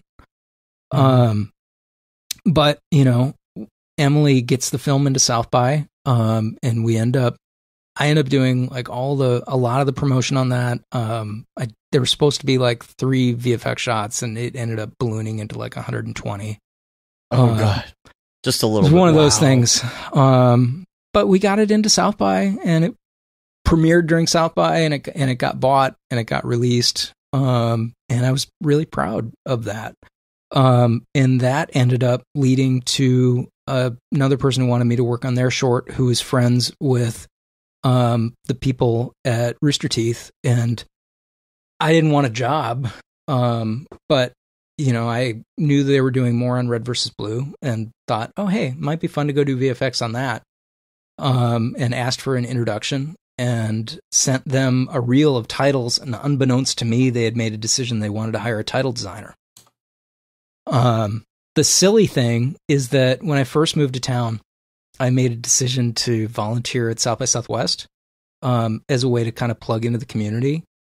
And, while I was volunteering on the YouTube team and, editing kind of clips of sessions inside of the conference. And, you're not getting paid. And so one day I was like, hey, can I make some little logos or something that we can use on the videos? And they're like, yeah, we're not paying you. Do whatever you want. And so I put those on my reel, and they thought it was, oh my God, he's worked at South by Southwest. And That's so, funny. They see this stuff on the reel, and they're like, oh my God. Like, wow, that's really cool. Like, we want someone working with us that works with South by Southwest. Like, not knowing that this is just volunteer stuff, and they let me do it because they didn't care what I was working on. Yeah. But, it all plays in together. You never know what the thing is 3 steps down the line that's going to be influenced by the thing that you're doing now. And so working on Emily's movie, I didn't know that Emily's movie was going to lead to me working at Rooster Teeth. But yeah, so I don't know exactly where I was going with that, but yeah. Oh, so JJ was a producer on my second teen romance as well. But it's really interesting because if you go back and watch Zombie Girl, you see all of these people that are part of my community now, and it's so weird seeing a documentary with people that in it. And seeing sort of the divide between film world and real world, and it's kind of a thin membrane between the two sometimes. But yeah, that was the start of plugging into that community. So that's where JJ Weber comes in. But it plugs into a whole lot of what my life became in the 30s as I was working at Rooster Teeth. Now, tell me a little bit more. I think a lot of people who listen to the show are in motion graphics, similar industries or whatever. And a lot of people, including in our survey, have said they want to hear about these offshoots and these different things that are slightly related, in some way, shape, or form. Kind of like, like what a lot of people do who come to Signal, very similar, but not exactly the same industry. And so I think a lot of people want to hear more about things like AR, what you're doing right now. Yeah. And, so I was hoping you could tell everybody a little bit more about that, about what you're doing with AR and how you even went about kind of getting into it. Also, I'm going to pee, so give me like 30 seconds. So you guys go ahead and I'll be right back. Okay. Well, that's a first. So when I left Rooster Teeth, in Signal, even in a way, I was telling Dave about this the other day. I have this kind of theory that I've been working on called, not a theory, but I've been using it to sort of describe some of what I've been doing, like called the Stone Soup model. Do you know the story Stone Soup? I do, yeah. This guy comes to a town and Yeah. He's asking for dinner and all he has is a stone, but he says, I will show you how this stone turns into soup. And everyone comes and as he starts to cook the soup, he says, hey, I need some onion. And someone brings some onion, and everybody ends up bringing something as he's asking for people to add, I need this thing for this stone soup. And unbeknownst to them, they've ended up creating something out of stuff they've already had that ended up helping everyone.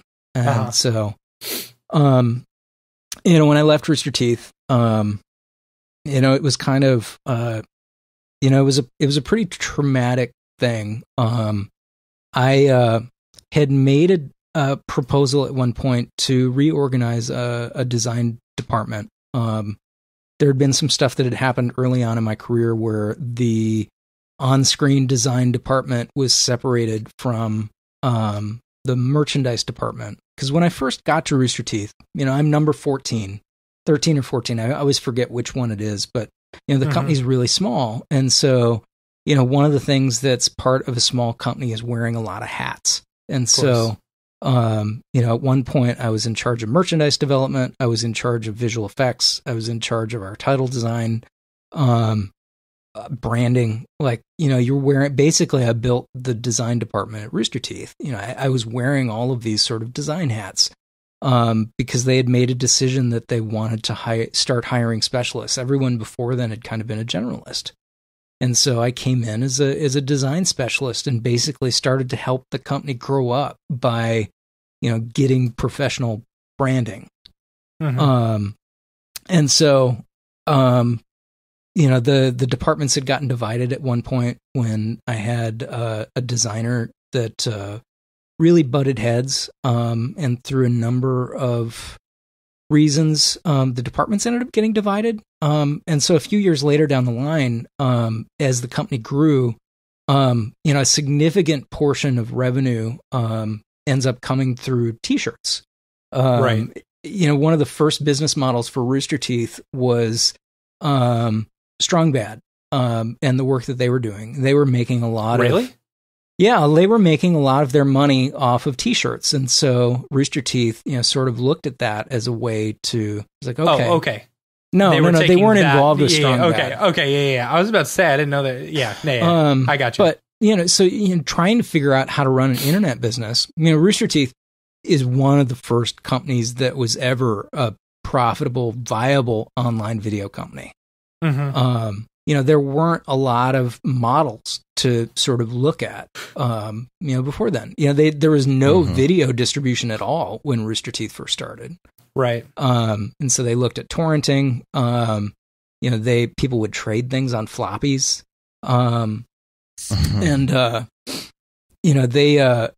There's a funny story.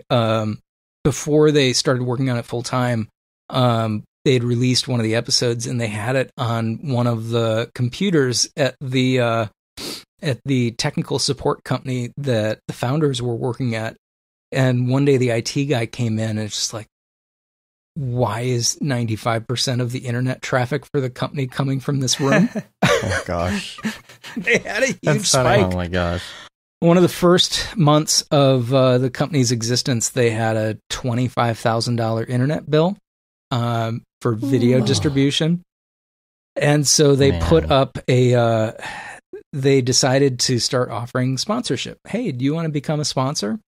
I forget the phrasing that they used, but they turned a computer on and they put a post up on the website, and they came back from lunch and they thought the computer was broken because it was just dinging over and over and over and over again. And they couldn't figure out what was going on. And they realized that they had set up a cha-ching sound. And they were being flooded with people that were signing up to be sponsors. And so that's how they paid kind of the first bill.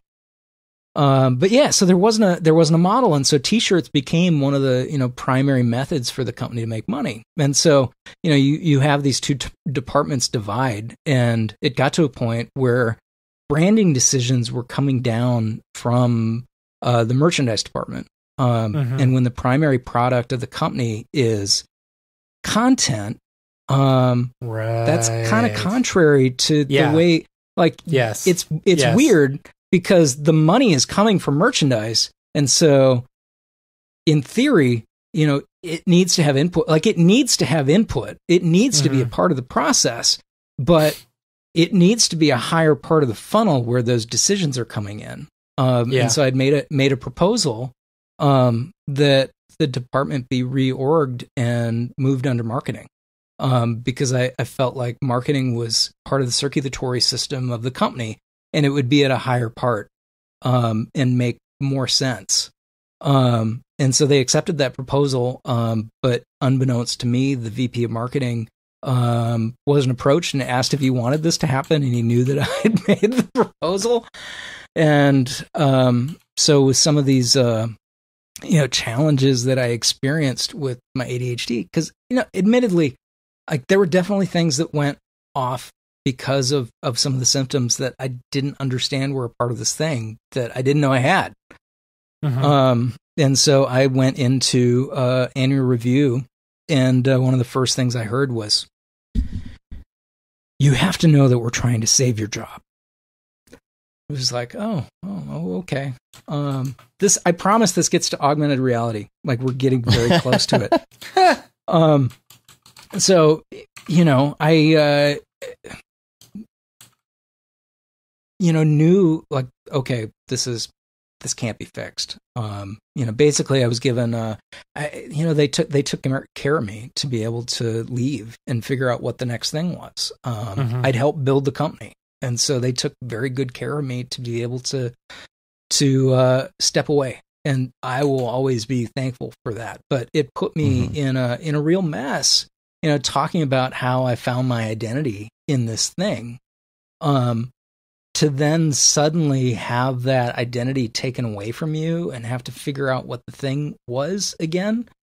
And so as I'm starting to kind of rebuild and figure out who I am now, I started looking at AR in part because, I loved merchandise stuff. I loved designing t-shirts when I was working on designing t-shirts. I was stressed out because I was also doing branding and visual effects and DVD authoring and all of the things. Yeah. And to be able to keep your design hat on while you're holding your DVD authoring hat at the same time is very, very hard. And so, one of the things that I knew that I wanted to do in this next stage is like, I want to design some stuff and I want to own some stuff that is mine. And I wasn't ever going to be able to own anything while I was at Rooster Teeth. If I built anything, justifiably, anytime you're inside of a company, the things that you design while you're there are theirs. And so, I knew, and, I definitely had my wife's support before I decided to leave, but I knew that, okay, I'm going to go freelance and I'm going to figure out what the next thing is. And I didn't leave to start building an AR project, but, one of the first things I did after I left, I don't have any gigs yet. And so I'm sitting at my computer and kind of designing and definitely going through a thing where, I'm not bipolar, but like having the crisis of leaving a job, I was on a roller coaster between manic and depressive, like multiple times a day. And particularly going to Vegas immediately after, because this meeting happens and then I fly out to NAB 2 days later. I've always done some of my best thinking on planes. And, as I was flying out to NAB, I was sort of on the manic side and feeling good about, this transition. Cause you're walking off a cliff. I have a mortgage, I have a marriage, I have 2 kids, and I'm making a decision to give away, to walk away from about 85 grand a year in salary. I'm just like, it's a pretty scary thing to walk away from. Right. Without knowing what the next thing is. And so, I'm flying out to NAB and, I started thinking about Roger Corman. I don't know if you guys know who Roger Corman is. He was a film producer in the 60s. He's still alive. But he was known for a lot of schlock cinema. Things like Death Race 2000, the original Little Shop of Horrors film, produces a lot of B movies. But the thing about it is that he is the gateway for a huge number of people who come into the film industry. James Cameron gets his first job through Roger Corman. Jack Nicholson gets his first job through Roger Corman. Ron Howard ends up getting his first directing job through Roger Corman. There's dozens of people who end up like getting their career started through these movies from Corman's production company. And so I start thinking about him and, thinking about how that could potentially apply to me. Just like, okay, I know I want to build something that allows me to potentially, be a springboard for people who I think should be doing more than they're doing. And so that, that became a part of it. It was like, I don't know exactly how that fits in. I know I want to build a content company, but I don't want to build something that's like Rooster Teeth. I'm not even necessarily into the stuff that I was working on when I was at Rooster Teeth, but I love content, and I moved to Austin because I wanted to be doing film stuff. So those two data points are in my head. I started thinking about AR a little bit because the world was pushing that way, and it's just like, if I could get to a place where, if I could like start now thinking about the area like a mile ahead, eventually everyone's going to get a mile ahead. Right. But, I'll have kind of been working there already, and you'll be 2 miles ahead. Well, but maybe I could be the person who like already knows that path and can like help people kind of get down that path, and I could start to sort it out now.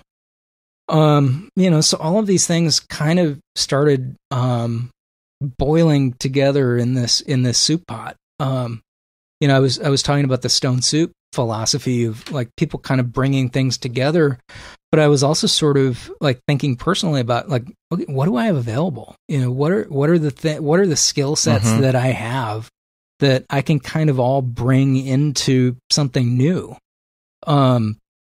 Towards the end of my career at Rooster Teeth, I started, I did a rebrand for a YouTube channel called Let's Play, and there were going to be a bunch of these little micro intros, like 3 to 5 seconds. And I was going to need to find all sorts of music for these intros. And you can find a lot of music online, but finding a good 3 to 5 second sting and then finding 100 3 to 5 seconds, 100 3 to 5 second stings is really difficult. And so, I plugged a guitar into my computer and just started messing with guitar effects in GarageBand. And nobody said anything. Nobody asked where the music came from. And so I just kept doing it and ended up starting to write themes for shows across Rooster Teeth. I'd played music all through high school. I'd never been in a band. I'd been in like high school band, high school jazz band. And so that became another part of the thing towards the end of my career. And so I knew that I wanted to be doing something that maybe involved some of that. So anyways, I was doing this design, not really knowing what I was working on. Designed it and kind of put it off. And, this project just kind of kept evolving. Cause I wasn't even, I'd been thinking about AR, but, I didn't know exactly what it was. But yeah, probably over about 8 steps, I arrived at this thing that ended up becoming Gnosis. I started thinking about my daughter. I have a 6-year-old, and she's going to be an art school girl. I feel sorry that, it's her parent, it's in her DNA because of her parents. Yeah. There's no escaping it. That's who she's going to become. And even at 6, it's like apparent that, this is where it's going. And so I started thinking about her as a college kid and thinking that she might want a shirt that says that she's strong, but she might not want a shirt that says that she's strong. And, I'd been watching, I've always loved John Carpenter's They Live. I don't know if you've seen the film, but it's where Shepard Fairey ends up stealing Obey from. So Roddy Piper, the wrestler, finds these sunglasses that when he puts them on allows him to see that Earth has been invaded. And there's propaganda everywhere that's hidden in plain sight. Like all of the billboards, when he puts his sunglasses on, say things like obey. And it allows him to see that there's all of these aliens that look human when you don't have your sunglasses on. But when you put them on, you can see that, Earth's been invaded. So Shepard Fairey steals obey from that. And he had been putting out these stickers that say Andre the Giant has a posse while he was at RISD. But he ends up taking obey from that movie, and Andre the Giant has a posse evolves into Obey Giant, which is still a streetwear brand. But he could never steal the method. Like, he stole obey, but he couldn't steal the AR part, because the reality is that's augmented reality. And so I started thinking about, like, how do you hide propaganda in plain sight? It's a cool idea. And how do you expand? I want to be making merchandise again. And so, like, if you could wear a motivational t-shirt that doesn't look like a motivational t-shirt, that just looks like a cool piece of streetwear. Yeah. Does that make you feel good about yourself? Like, if, here's the example that I use all the time, and I wouldn't sell this because it's negative and I don't want to put that out into the world. But if you could wear a shirt that said, "I hate my boss," in front of your boss. Oh, that's such a good idea. What kind of agency does that give you? Yeah. What kind of power does that dynamic, does that create for you to be able to, sort of have one up on them? Like I said, I wouldn't sell that because I think it's negative, but like in a positive way, if you have a shirt that says that I'm strong, but it doesn't say that I'm strong, does that give you a certain, like, does it act like a mantra? Can it empower?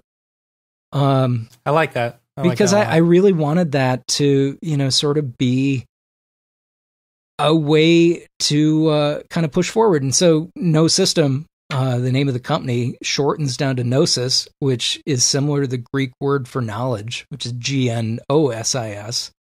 And there was a cult back just after Jesus called the Gnostics, that were about hidden knowledge. The Apostles' Creed is a repudiation of the Gnostics. I'll be right back, history guys. lesson. Keep talking. There you go.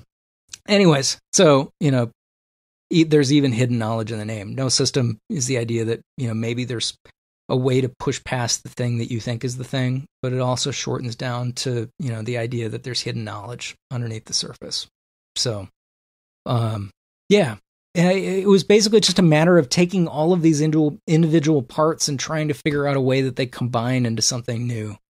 Like you're playing with your logos, you're playing with your stone soup, or, whatever. So anyways, apologies for the super long-winded answer, but, that's how we get to augmented reality. It was like trying to figure out a way to take all of those things that I loved about life at Rooster Teeth and remix and reassemble them into something that doesn't just seem like I left to start a YouTube channel. Right. And do you, as far as dealing with, obviously, it's better because you're on medication. Do you feel like this really grabs your attention when you're doing it? Are you fully into it now, or has it been easier for you to create and to come up with ideas? Do you still struggle with that? Yeah, I mean, yesterday I was working, and like I don't take medication on the weekends, and it's definitely apparent when I'm not taking medication. It's like, okay, this is a real thing. This is, because things are going well, and you'd be like, this is imaginary. Maybe I don't actually have this thing. And then you have a day where you're trying to sit down and focus, like, oh my God, no, That happens with everybody. Well, not everybody, but a lot of people who are on medication when it comes to other things too, whether it's bipolar or depression or anxiety, whatever it is, that feeling that, everything's fine now because I'm on medication. I probably don't need this medication anymore. Yeah, that's a tough. When I was on antidepressants in my 20s, I'd been assaulted in my 20s, which is a whole other story. But ended up having to go through a bunch of therapy afterwards. And, had gone on antidepressants as part of that therapy. And it helped. And I tried to go cold turkey at one point. Don't ever do that. Don't ever try and get off an antidepressant. Like, particularly since it builds up in your system and that's the whole way that it works. Right. Stimulants work in a different way. But you shouldn't stop stimulants cold turkey either. And, it was very apparent that like, oh yeah, no, I don't, I can't do that. I had to get off Effexor when I was in my 20s and I tried to go cold turkey and it was pretty bad. So I was able to wean after I did, the Ironman triathlon that I did. I don't know if it was that it was so hard on my body. An Ironman, for those who aren't aware, is a 2.5 mile swim, and then you bike 112 miles, and then just to wrap up the day, you run a marathon. So God, it's 140 miles over a day, or over a max of 17 hours, and I took about 16 and a half to do this 140 mile race. And it's so hard on your body that I don't know if it reset my system just because of the fact that I had basically kind of pushed myself to zero by doing this 140 mile race. But yeah, so afterwards I didn't need the antidepressants anymore. And I'd been weaning off anyways, but I feel like that Ironman race was a significant part of it. Yeah. Not advocating doing an Ironman just because of that. Although I will say, even before I knew that I had ADHD, knowing that you could do something as hard as that was one of the things that I carried with me whenever I was in a stressful situation. It's like, well, if you can push yourself 140 miles, you can sit down and crunch on this project. Crunching on this project is nothing like running a marathon after you've biked 112 miles. And so that was always in the back of my head. And particularly having grown up as someone who wasn't very much a jock, I fenced through high school and I bowled my whole life, but neither one of those things is, they're definitely very athletic fencers, but fencing for us in high school was not nearly what an Olympic fencer is like. I went bowling the other day. I wasn't a jock from it. And so having this thing that you knew you did that the jock definitely didn't do, was another thing that lets you kind of feel better about yourself. Like I know there was a guy that I worked with at the public access station, nice guy. But he was a 3-sport guy, in high school, he was definitely the basketball and the football and the baseball player, and lettered in all of them. And it's just like, guess what? You haven't done an Ironman. And being able to have that knowledge in your head was really empowering. So maybe that played into it too, but it's not, man, it took more than an hour and a half to get out of bed the next day. I literally couldn't move. Oh man. I lost all of my toenails, because my feet had swollen up so much on the bike ride that my running shoes didn't fit anymore when I put them in, but I needed to get out onto the marathon course. So I had to cram my feet into the shoes. So I basically pushed my toes up against the edge of the toe box for 26 miles. So, oh God. Yeah. Bloody nipples, man. If you've ever had that marathon experience, it's did you carb up beforehand? What? Did you carb up with some chicken Alfredo? Right before? So it wasn't Alfredo. So not to go into TMI. It's the only time I've ever had hemorrhoids. I was so stressed out ahead of this experience. Oh man. Oh my God. I know all about hemorrhoids. I'm doing several videos on them right now. Yeah. But it was just like, I've never, I've been stressed in my life, but so, when I showed up, so it was Ironman, Wisconsin, in Madison, Wisconsin. And I had been a cyclist, I'd done 200-mile bike rides. That's how I came at the Ironman. It's just I had this experience of doing these long distance cycling events. Yeah. Just if I can do that, I can train and figure out the other parts. But it is so hard to visualize what 2.5 miles of swimming looks like. And you went down to this lake and you would see the floating markers in the water. and knowing that you had to go around those twice, man, I just remember walking down to the water on race day, just bawling. Like, you know, I'm hesitant to use the description, but it felt like going to war in a way. Like, obviously not nearly like going to war. Right. But like not knowing and not being able to visualize, like, well, you can't visualize what 140 miles looks like. You have to just look at the thing in front of you. It's like, okay, I'm going to think about the swimming. I know I have to go down to the water. I'm going to figure out how to get around the course, and I'm going to get out of the water. Okay, I'm going to go up to the changing room and get into my bike stuff. I'm going to go start pedaling. Even in the midst of the bike race, you have to just think about the thing in front of you. And so that's applied to design the rest of my life too. Just like, okay, what is the one thing that you need to do? And zoning out, I imagine. I mean, I the only thing that I have done like that is doing a 5K, but a 5K running, not like a 5K walk, you know. Yeah, I've done plenty of 5K walks. Right. But running the entire time, training for it so that you can run the whole time. But the one thing that helps me is to not think about it when I'm doing it. To turn my brain off that's how I learned. I'm just doing it. That's how I learned to go into flow state, was through cycling. Yeah.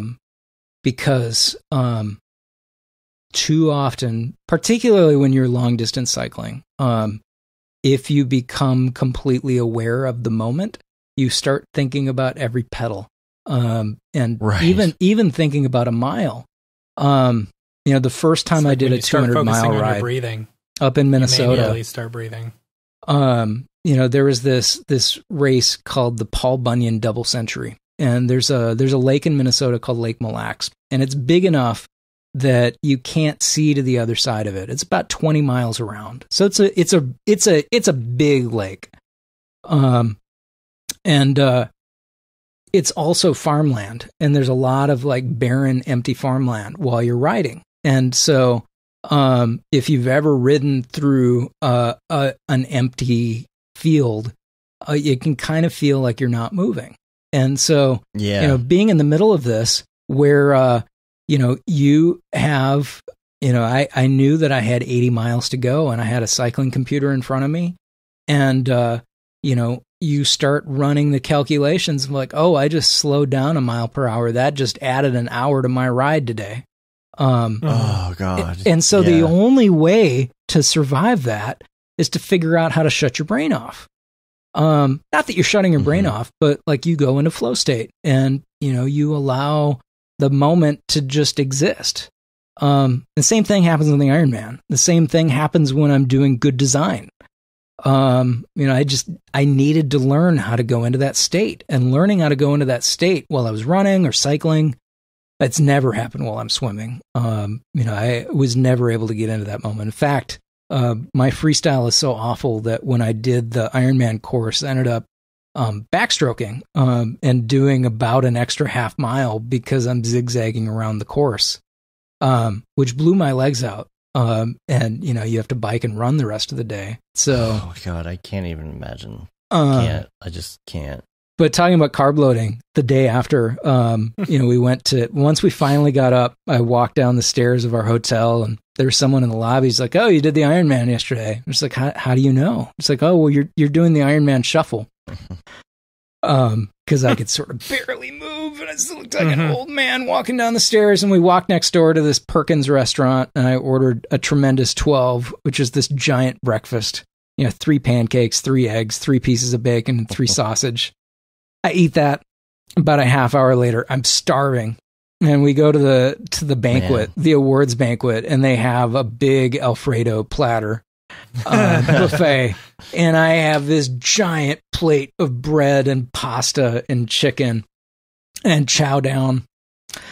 The awards banquet ends, and my friend that raced the race with me and I are leaving, driving out of Madison, and suddenly I'm starving again. I've probably eaten 3,000 or 4,000 calories at this point, and I'm starving again. And so we stop in at a cousin sub, and I order this giant chicken sub.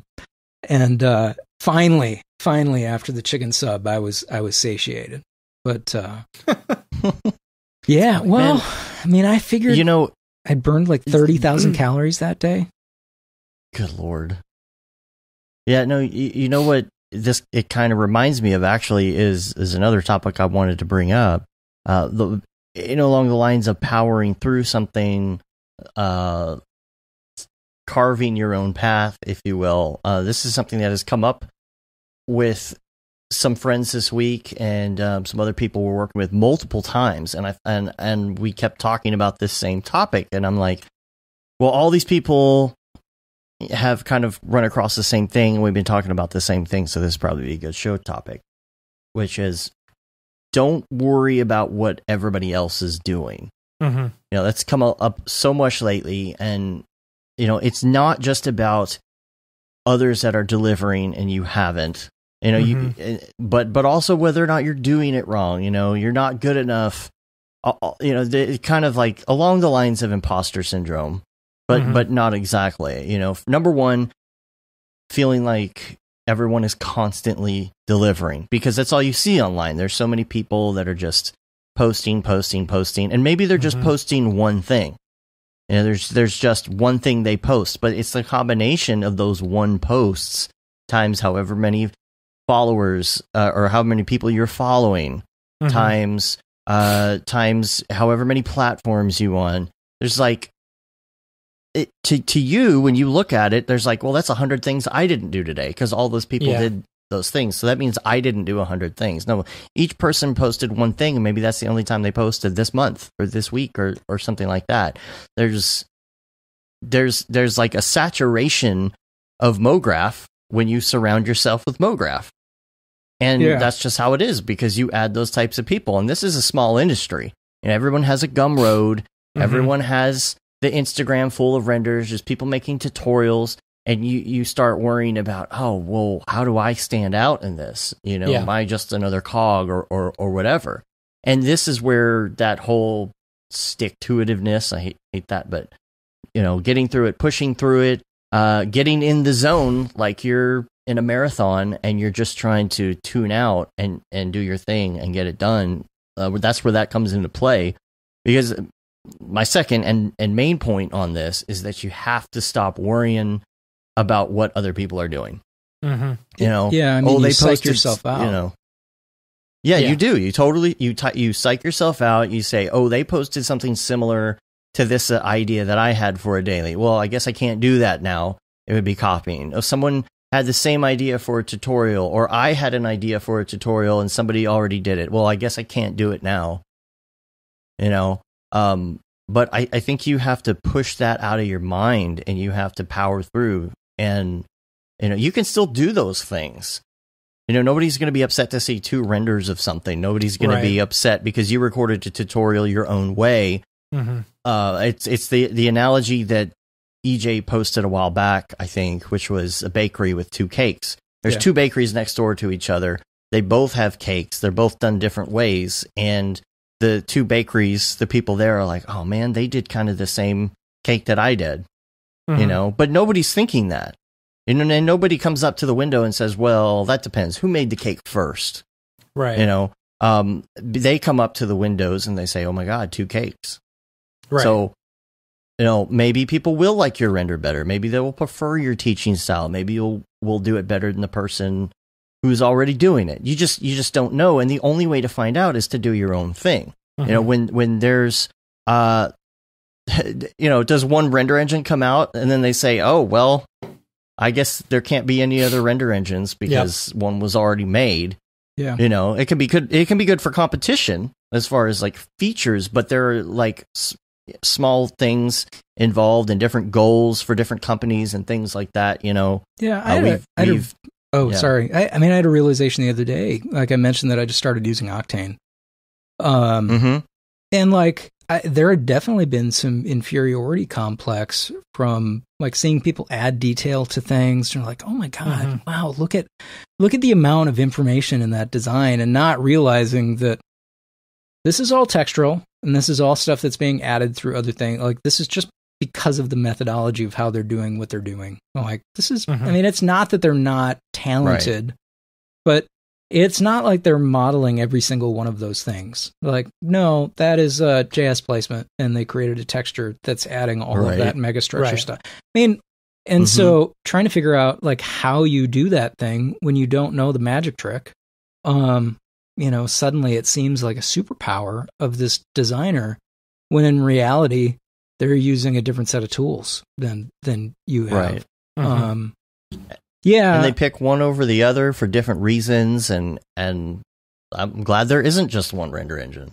Yeah. Yeah, for sure. I mean, we talk to Jules a lot.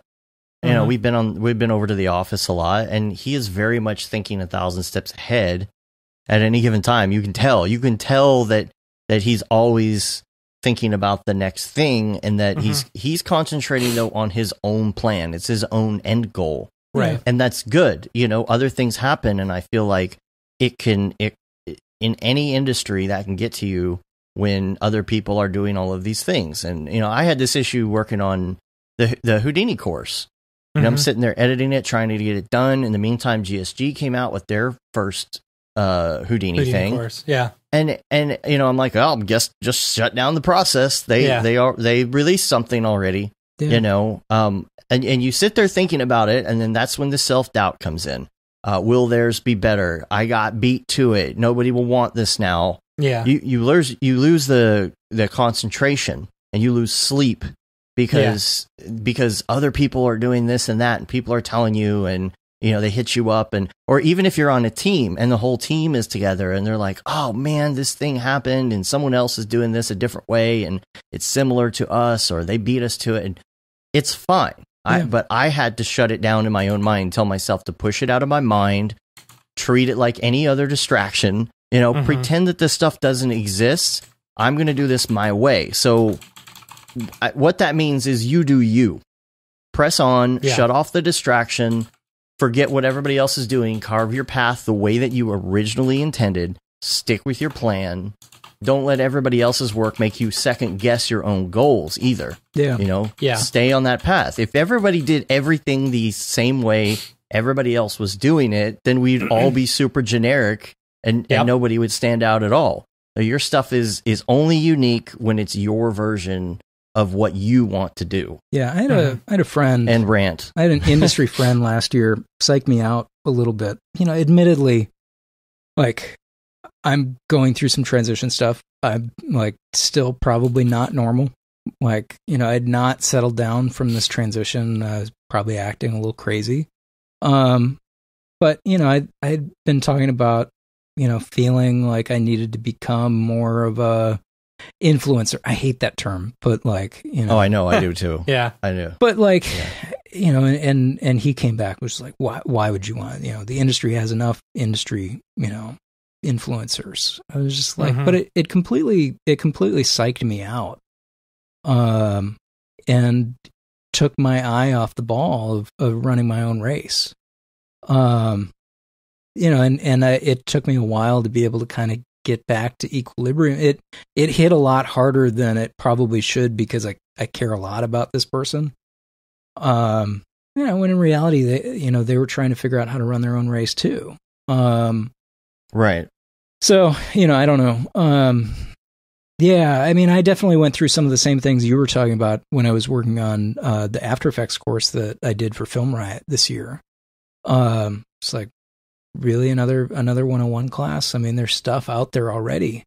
But when I look at the class that I did for Film Riot, I'm really proud of it. Because it's a very different angle than, a lot of 101 classes, because instead of teaching basics, I treated it like a junior sitting with me in my office.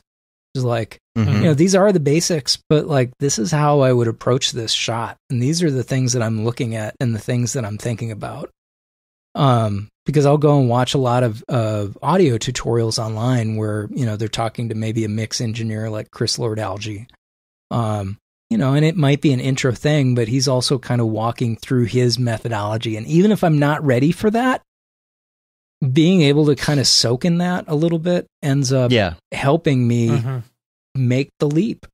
So, and I hadn't seen as much of that on, intro motion design. courses. Yeah.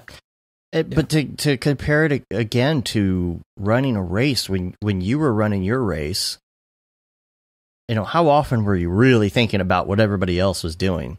I mean, you got your own set of problems. You got your own finish line you're trying to get to when you're running a race. And maybe you notice that the other people are there, but man, you're in pain. You're trying to get through your deal. You're trying to push things out of your head. And man, what somebody else is doing is probably not going to be your biggest priority. Yeah, I mean, admittedly, at the end of the day, the only thing I was thinking about was how I was going to pay my mortgage the next month. That's been the big thing. And honestly, like 2 years heading into, like, it'll be 2 years in April, or, when NAB comes around, from when this transition started taking place, and like getting used to living in the ambiguity, which is a big part of that race. It's just like being okay with the fact that you're not done and you don't know exactly when the race is going to be done. But you need to be okay with being where you are right now. Like, I don't have March lined up with work. I know that there's going to be work of some sort. I didn't know exactly what February looked like. And I had a film approach me the other day about doing some titles. I was like, oh, okay. Well, there you go. Looks like it's going to be February leading up to Signal. And like, honestly, Signal and getting ready for the next Gnosis drop are kind of two of the main things right now. But there's freelance. I mean, freelance obviously comes before everything else. So, I mean, there's room for paid work. Right. But, that was, so going back to Gnosis, I mean, that was the other thing that I knew I needed to do as I transitioned. You're talking about ADHD and all the other things. Having something that can be the thing when there's something not going on. Like, it was just like, I need to build a system to know that if I don't have anything going on, I just default back to having a project that I'm working on. Because otherwise you start to go a little stir crazy. Like, where's the work coming from? What's going on? It's just like, I have this eternal project that's never going to be done. But at the same time, there's milestones that make me feel good about having done something. So like, there's many, because Gnosis, is all about merchandise designs. If you finish a design, that's a little win. You get that little dopamine burst of having accomplished something. So there's I've been expounding a lot lately, and kind of made a joke a couple weeks ago when Calvary came into beta. Cavalry, not Calvary. Having grown up in the church, I hear Calvary a lot. But Mark Duplass gave a talk, bringing it all back around to South by Southwest again. He gave a keynote at South by Film a few years ago called the Cavalry Isn't Coming. Because in the indie film industry, you guys have totally heard the story of someone who like expected to hit it big. Like, oh, they took their film to Sundance and they sold it and now they have a Hollywood career. He gave this talk. The cavalry isn't coming. Nobody's coming to help you. Like, you just need to get it into your head that there is no savior coming to save you. You need to just generate your own stuff. You are your own savior. Not that there won't be opportunities to do things. But like, so he talks about this, $5 shitty film. Like, he's like, go make something and put it out, and then go make another thing and put it out. And like, his model was like, you need to go take that to a film festival, and you need to go to as many of those festivals as you can, because that's where you meet the other people. And then you need to maybe parlay some of those relationships that you built into getting them into your next production. And he's like, oh, hey, now you made a slightly bigger film and you got that. Is the cavalry coming now? Nope. Nobody's coming. You might get some buzzes from some people. But at the end of the day, you're going to be the only person who's going to continue to push your career. Right. That's for sure. And so, knowing that I was going to build this next thing, it's just like, okay, Gnosis is a way that, I can start to build something that I can continue to pour into. And there's going to be some bigger projects, and there are going to be some smaller projects. I have a couple of shirts that are in the next launch that are these like skull fruits that I started working on that were part of a silly project that I did last year where, they were doing a 90210 reboot, and I was teaching myself object tracking in cinema. And so I found a piece of stock footage of a girl in a bikini, like sort of laying down on the grass in a park. And I popped her head off and replaced it with a banana. Just dumb. I wanted something that didn't look like a sphere because you can't track a sphere. I mean, you can't see if a sphere is working very well because it's a sphere. If a sphere is turning, did it turn? Right. So I was like, oh, I'll use a banana because I know if a banana is locked onto the head, like it's a banana shape. And so I had this banana-headed lady, and then that started investigation into. It's like, I wonder if I could create a little short where, it's sort of like a 90210 open, but then in the middle it goes very Adult Swim and just basically turns into, it's just like, can I take footage of someone making a fruit smoothie and make it seem like a horror movie?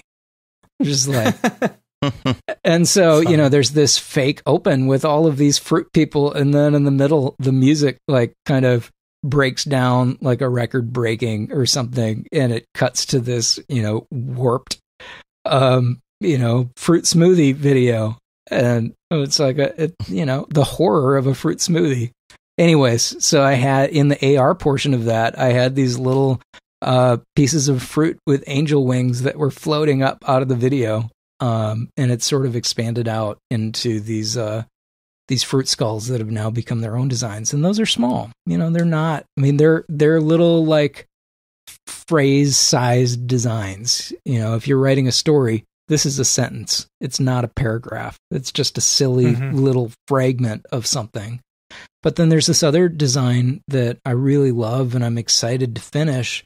That's about this chicken girl that's sitting in front of a door that in Japanese says karagi, just Japanese fried chicken, which is sort of, ironic to have this little punk chicken girl sitting in front of a fried chicken building.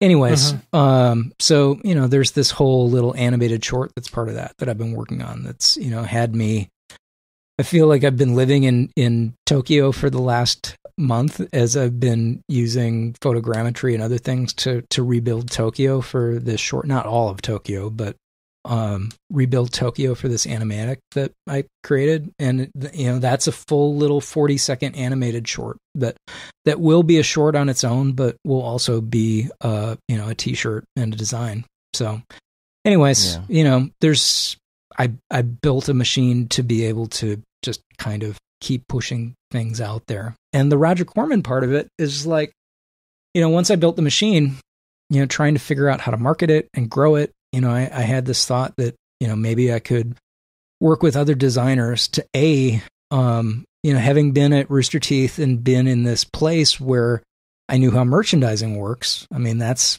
something that a lot of motion designers don't know how to do.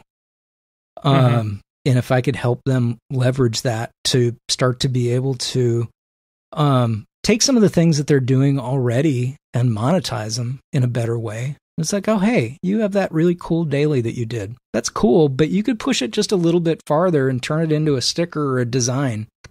And I know how to do that. I could help you do that. And it helps me because it raises the visibility of the thing that I'm doing, but it helps them because they get to do something that they might not otherwise have done. And I get to be in the position that I could push them because I could see that they could do it, and they might not see that they can do it because that's the thing that I've always appreciated. I've had those people in my life. When I went into medical device marketing, I had a really good friend who was doing medical communications. I hadn't done any of that, but she thought that I could do it, and she gave me the opportunity to do it and gave me the opportunity to do a lot of other things along with that. I couldn't picture myself as that. And so, to be in a place in my career where I could maybe start to do that for some other people. Again, going back to the stone soup thing, you end up creating something out of individual parts that's bigger than the parts. And, right. I think you can build a whole career and with what out of you that. have. Yeah. Or, that's my theory, that you can build a career out of that. Maybe that's bunk, but it seems like it's a positive thing to push into. And I want to see whether that's, I really want to test that philosophy. Well, Matt only has about 5 minutes before his heart out. Okay. Yeah. And we have some, we want to get to the Mograph recommends questions with you real quick. Yeah. Let's do a rapid fire. I definitely want to try and get that in before we have to go. All right. So I hope you're ready. Yeah, I'm ready. All right, here we go.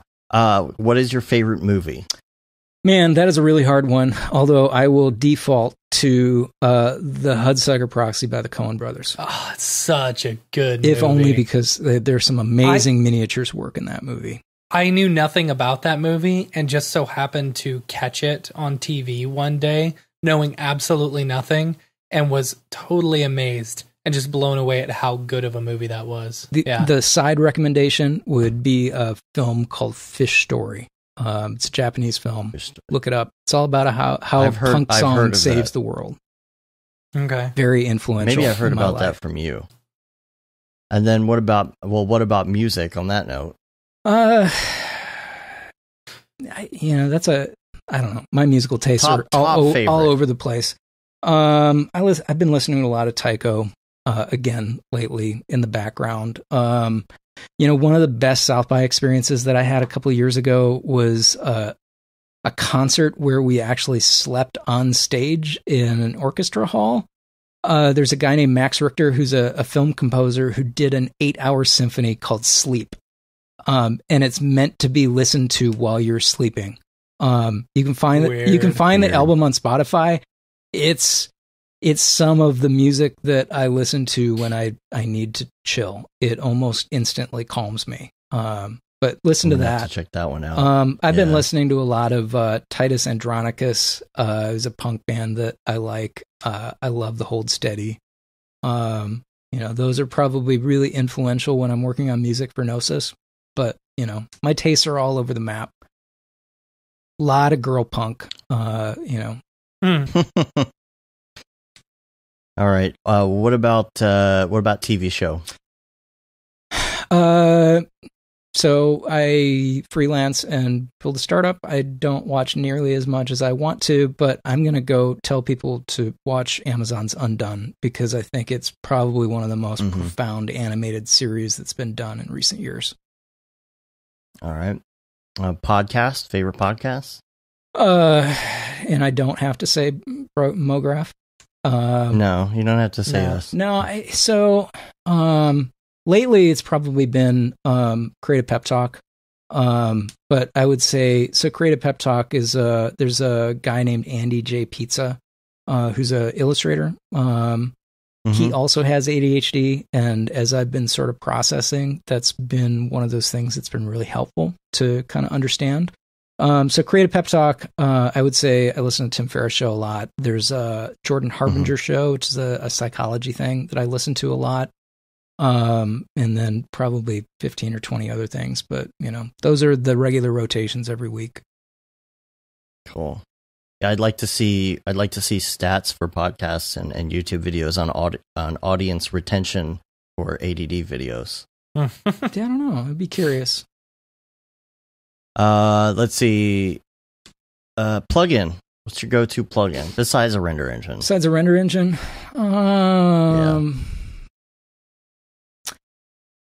thinking about After Effects. And it doesn't have to be in 3D. Yeah, no. Like I've been using Chrome I've been using Super Comp a lot. It's kind of weird, and once you get used to it, like it makes sense. But like it's really useful, and I've loved the little comps that I've thrown together in it. So Super Comp, go use it. Go get Red Giant Complete. I've done some tutorial stuff for them, so I'm biased, but I love all those guys. You were talking about what to call Maxon at the beginning of the show. When Yeah. you're talking about the sponsors. The only thing that I felt slightly bad about in terms of Maxon and Red Giant getting together is I felt like I was a little sad that I didn't know people at two companies anymore. I was just like, oh, Yeah. Oh yeah, I know, right? I know. I'm have sad I friends can't at hit one up two company. different companies for sponsorships anymore. Yeah, Right. I mean, that was the only because they're both very influential in the community, and so it's just like, Yeah. I'm Yeah. really happy for you, and sad for me in that way. Like I have a tiny amount of less influence. Not that that's true, but anyways, but yeah. What about headphones? Sorry. Yeah. So Matt's only got a Classic couple Sonys. minutes. the Sony MDR 7506s classic. are the generic headphones that I recommend. If you don't have a pair of engineering headphones, you need a pair of those or something of their Yeah. ilk because it should be in every kit. I've also got Yeah, totally. a pair of AKG K701s, which I really like. They sound really good, but they're open muff, and so if you're sitting next to people, they're not particularly great. But you know, those Sonys, Yeah. they're so killer for the price. Yeah. Yeah. Okay, your go-to app. What go-to app to use on your phone? I mean, I'm probably on Slack more than anything else. That's not a great recommendation. Oh, that's a good one. You know, That's a I've good been one. using. I've got at that concert that I went to. It's out the 8-Hour Symphony. It was sponsored by Beauty Rest, and they brought beds into the That's orchestra funny. hall that they donated to the homeless afterwards. But they gave Oh, everybody. that's cool. They gave everybody the sleep tracker that they were making when you left. It was like $100 sleep tracker or something, and so I've got that on my bed, and it kind of gives me feedback every night on how I slept. And so, sleep tracker by Beauty Rest. There you go. There's one other app that's not a normal suggestion. And now here's the hard one. This is the last one, the hard one. Your favorite life hack. Favorite life hack. Trying to I have say a good yes one. when you can, you know, knowing that in general something is going to lead to something else, Mm-hmm. you know. No, that's the fastest I think anybody's come up with the life hack. I mean, I before. could give you Usually 10, everybody needs but- an You've listened to example. the show enough You know, times. I You know, feel what like your life that's hack's going to well, be. but I feel like that's the whole point of this episode. It's just like everything is led to something else, and it's always about trying Right. to tie things together and figuring out how to make something out of what you have available. And you know, throughout my career, all of the good things that have happened to me have happened because I said yes. Mm-hmm. Right. Yep. That's good. That's good. Not as that. Mine is nowhere near as good as that one. I came up with one the other day that I was like, oh, I should mention it. Now, this might be a given for some people, but whenever I get gas, I get bored.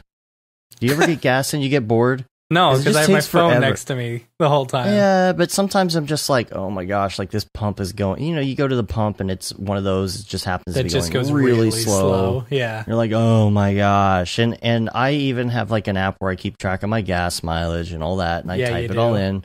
But but still, like I'll type it in and then I'm like, all right, I got 6 more minutes here. I don't really want to get on my phone. So here's my hack.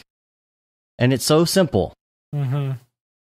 Go through your car and Oh. get all the garbage out of it. Yeah. There's a trash can literally right there at every Yeah. pump.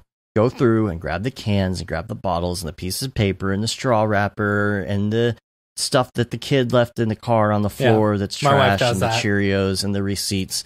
Just do Anytime that, and by the I go time to you're pump her done, gas, she's is like, done. "Here, throw this away too," and hands Yeah. me just a whole bunch of stuff before I even get to the gas tank. I should do that more often. I have than another do. one. I have another one, but I'll save it. Yeah. Okay, Matt's got to go pick up his kid. Go get your Yes, kid. I do. I'm sorry for So we talking so gotta- much that we didn't get to. You No, know, dude. people's people. Nah, dude. It's We all love you. good. We got to tons of stuff, man. What are you talking about? Yeah. We got to all sorts of stuff. Well, thank you for having me on. Man, we finally. really appreciate you. Yeah, we appreciate you being on. We're going to see you next month, Yeah. hopefully. Yeah, I'm Come excited down to for that. come up for Barton's thing. I'm excited for DFW. Yeah. I just, you know, one of my big things, like LA and New York are cool. Nothing against either one of them. But, you know, so here in Austin, the Media ATX organization that I was talking about, you know, his sort of philosophy is that when you look at Houston and Dallas and San Antonio and Austin combined, they are as big a market as either one of those cities. And we don't have nearly as much influence as we probably should have over the central corridor of the U.S. From a media perspective. And so it's just like, I want to do what I can to support what you guys are doing up there. And, that's kind of what all of my work around here is about, is trying to, build those communities so that we can start doing the things that we really should be doing. And, taking on the roles that we need to be taking on. So, also, if people want to find you online, behm.com is my website. Behm Creative, BEHM Creative is my social media handles, Instagram and Twitter.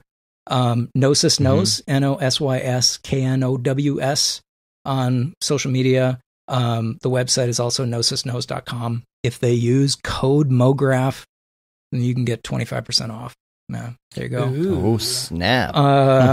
Not the only way to get 25% off. You sign up for the mailing list, you'll get a coupon too. I don't think they stack. Cool. Sign up. There is going to be some new releases soon. I'm really excited about some of the stuff that we're going to do this year. So I feel like this year is going to unroll a bunch of Gnosis stuff. And if you have the first weekend of South by Southwest free, even though I can't tell you everything that's going to happen, Signal is going to be really, really cool. Yeah. Cool. All right, well, we're going to get out of here. You can rate us on iTunes, leave a review, helps get our ratings up. You can also subscribe on your podcatcher of choice. Don't forget to subscribe to our newsletter as well. We got a lot of info going out here, especially in the next couple of months and leading up to NAB. Make sure you get subscribed to that newsletter for all the updates. You can say you've been there, done that, got the t-shirt with the Mograph logo tee, the Paul Babb Feel the Babb 2020 shirt, which I'm wearing right now. Super old. Look at this. Look, the sleeve tore. The sleeve tore. For some reason, I've had it for so long, and it wasn't a quality issue. It's just like it was getting old. I'm pretty sure. I gotta get another one. What is that? Almost 4 years now? Because I think we started this is that. an old shirt. Yeah. Yeah. But get yourself this shirt. All the profits from that go to Doctors Without Borders. What else we got? The Render Things t-shirt, hoodie, long sleeve tee. And I think, and then of course the That Render is Fire shirt, which you are only allowed to wear ironically. You're like, nah, whatever, yo.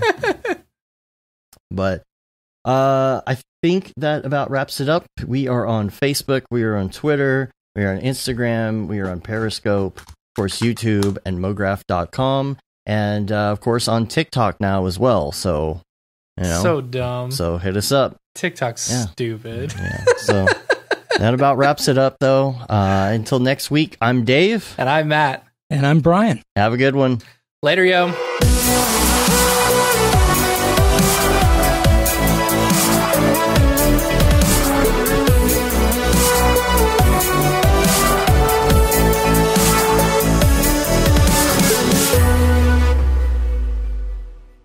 It's pretty good, I guess.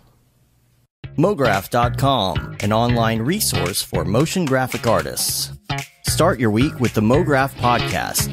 Industry news, interviews with your favorite artists, and terrible humor.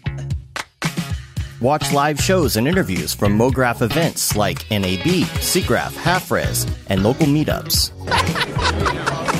Our Mograph Talks feature live demos and motivation from artists all around the world. Sometimes you gotta make stuff that you're not gonna put on your reel, and I'm not here to judge. What if Rick and Morty show up for the countdown at midnight? That's where I peaked in life, in my career. We gotta stop this thing, Rick! It's gonna kill us all! Hear from the people that create your software, design your render engines, and artists that are changing the face of modern motion graphics. You get that render done. Yeah, you better frame what? Mograph tutorials and online classes will teach you about Cinema 4D, After Effects, as well as other popular software and render engines. Throw in the HDR Studio, take the render settings, pick the HDR, put in a reflection, and gorgeous. Branch into new software. Learn time-saving tips, techniques, workflows, and lessons that'll keep you up to date in the world of motion design. Oh, brother, those are some of my favorite elves. I love projects that scare me. When our art director comes to us and asks for something that I had never done before, man, it gets me pumped. Join the conversation in our live sessions. Check out our plugins or join the hundreds of daily active users in our Slack channel for technical help, advice, contests, or just to joke around. Real nice banana. Ah, that's so funny. All right. I'm going to live forever. Subscribe today and get the latest updates on our YouTube and other social media channels. Take all your dreams and just do it! We don't care how you get here, folks. Just get here. Subscribe to Mograph.com.